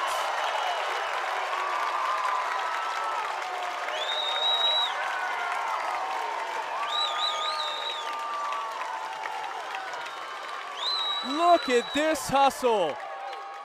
Left it all out there, and he was safe. Put that in the history book of what it looks like to hustle. And a mound visit before Brady Pettit steps up. Almost 3,000 fans.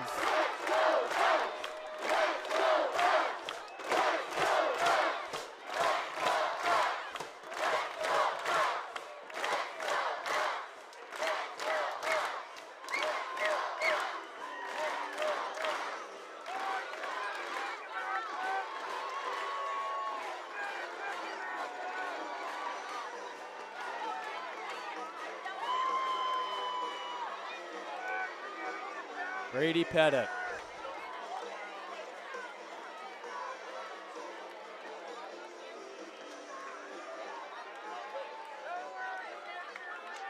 Just arrived here in Bend from St. Mary's, now committed to SDSU in a huge spot.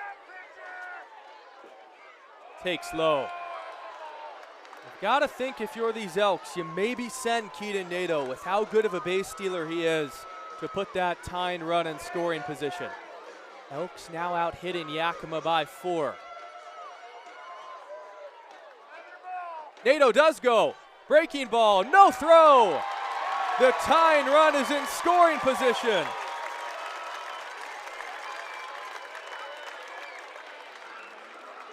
Keaton Nato, his second stolen base of the night, up to 9. A base hit ties this game. Pettit takes a strike just at the base of the zone. Has had a quiet night. 0 for 4. But it doesn't matter if you just come up with that swing.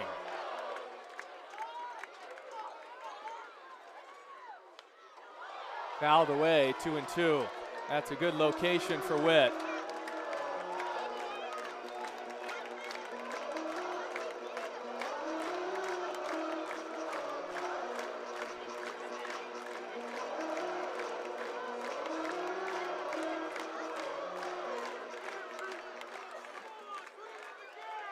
Witt steps off. Are they going to call something here? We've got the home plate umpire coming out to talk to Witt. Not sure what this is about. That's awkward. Rarely do you see an umpire accompany the catcher all the way out there unless maybe a pitch clock, a walk, something of that nature.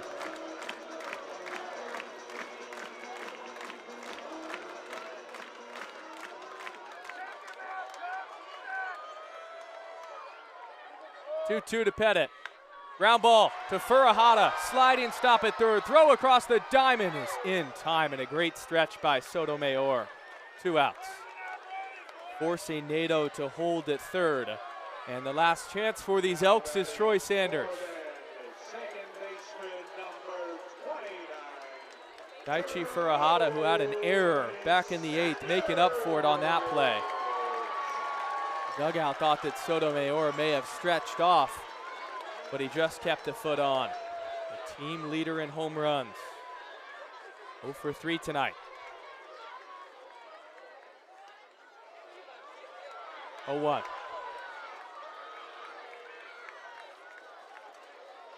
He had his time in Portland a week ago. 8th inning, a big 2-run blast down the left field line, but the spot doesn't get bigger than right here. Sanders right at Furahada, and that'll end the ball game. Heartbreak at Genna on firework night as the Elks drop it 6-5.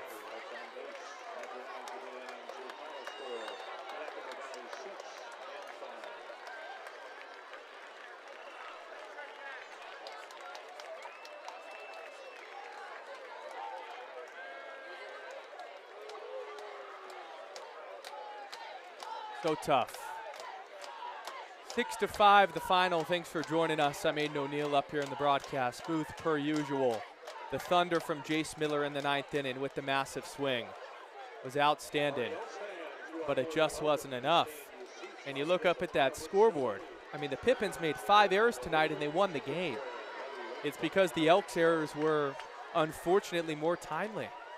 And whether it was the one by Troy Sanders, who ultimately lined out in heartbreaking fashion to Furahada, or the one by Lovesey that gave the insurance run to Yakima, it was enough. And it comes back to the same sort of storylines when assessing why did the Elks lose tonight. Shooting themselves in the foot. A tough one, a tough break. Jackson Kendall, a round of applause in his final start. Been a joy to have him here. Shared the booth with me a little bit a couple of weeks ago, and in his final start was really good. Competed down to the wire.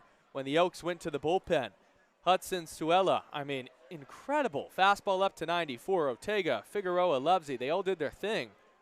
It was just the errors. And Yakima had 4 less hits than the Elks. So you then go back to when did those miscues occur? It was in big spots. On Yakima's side, they improved to 13-15. They took the first game of the series when the Elks and the Pippins squared off back in Washington. So you can't hit the panic button if you're the Elks, but they do fall to 11-15. And after all that momentum from the Walla Walla series, a game you should have won. That's what makes this one even more tough to swallow. And then you compile that with 2,800 loud fans. So close, but Jace Miller gets his first home run off the scoreboard. There's some positives to take away from tonight.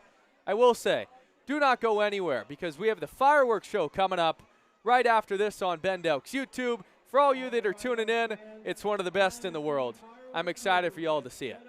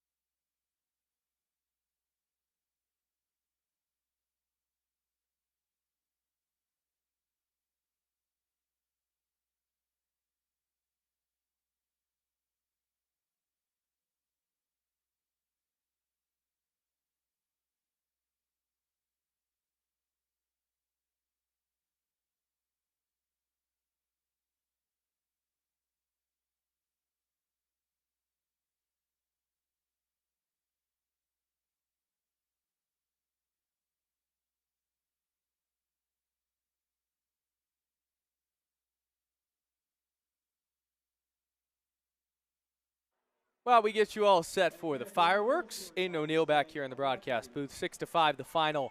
Yakima gets it done, but let's look on the positive side for a sec, because the Elks were there to the end if it wasn't for those unfortunate timing on the errors. Going back to the fourth, Dimitri Sisidko had a big RBI double, and he was a huge catalyst in this game tonight when it came to his offensive production. Reached in 4 of his 5 plate appearances, knocking on the door of potentially being in contention of that batting title again. And it was so good to see him get back on track. You jump to the 9th. That's where we also had fireworks literally before they go off on the field. Miller with the huge swing to the opposite field. He had the big swing on firework night a year ago, and for the second consecutive season, homers. This time off the scoreboard. You got to get the ball high in the air to hit it out there. Garcia measured it all the way to the track, and one more angle from the dugout. Watch these dudes track it. Follow it all the way. Getting ready to erupt, and they do. Love it. Michael Fitzgerald in particular was awfully shocked and surprised, but the Elks dropped it. Ultimately 11-15 now on the season. It's tough, in baseball. You have hot streaks, you have cold streaks, you go up and down, but for Bend, you got to bounce back in some capacity tomorrow. That's the ultimate goal. Tonight you had a great effort from Jackson Kendall, and you've got Ryan McDougall tomorrow, who's been one of your better starting pitchers. Lean on that. Hope you could come back on top. But credit to Yakima. They did their thing, taking advantage of Elks' miscues, what a lot of opponents have done this year. In just a few, we'll have the fireworks show. They're getting set up for it. Our guy on the field, Carson, doing some games in the meantime with these fans. But until then, Aiden O'Neill signing off for the time being. Stick around for these fireworks.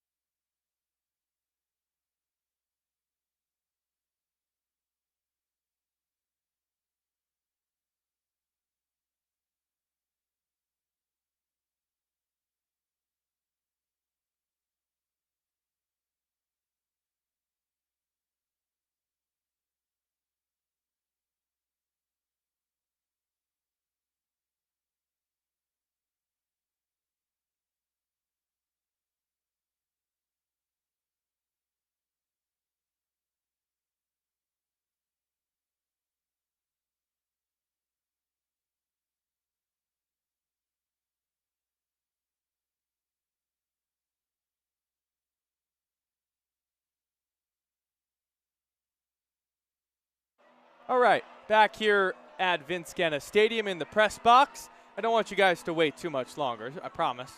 Fireworks are coming soon. Until then, we'll take a look around the West Coast League after Yakima just beat Bend 6-5. Kamloops on top of Port Angeles, 9-1 bottom 8. Bellingham and Nanaimo in extra innings, 1-1 in the top of the 10th. Pickles on top of the Berries, 13-6 top 8. Apple Sox over Edmonton, 14-1.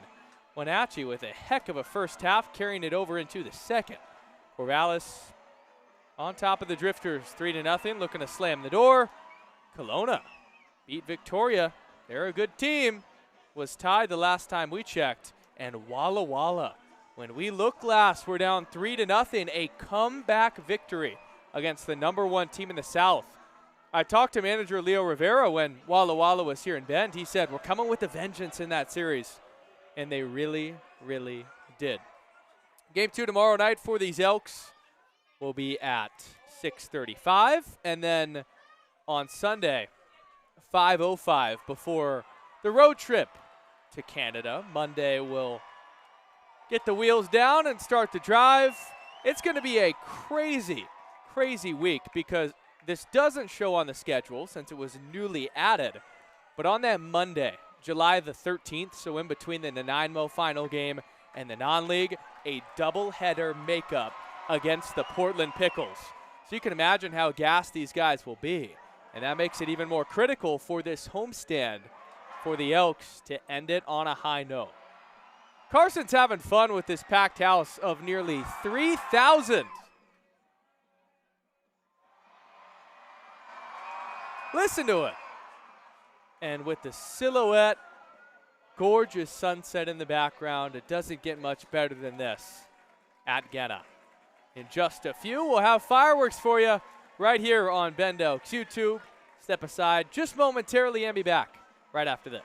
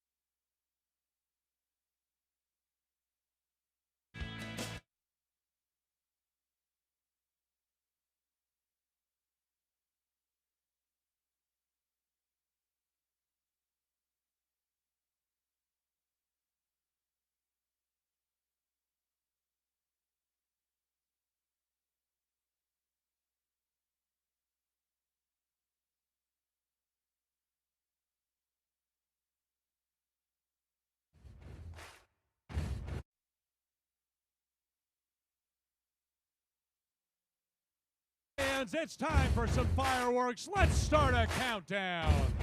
10, 9, 8, 7, 6, 5, 4, 3, 2, 1.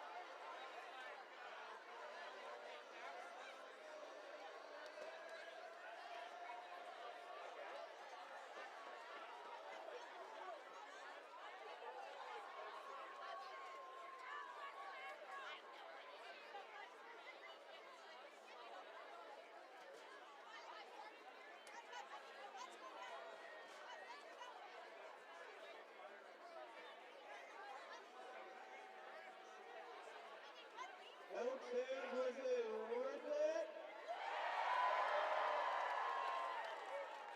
Elks fans,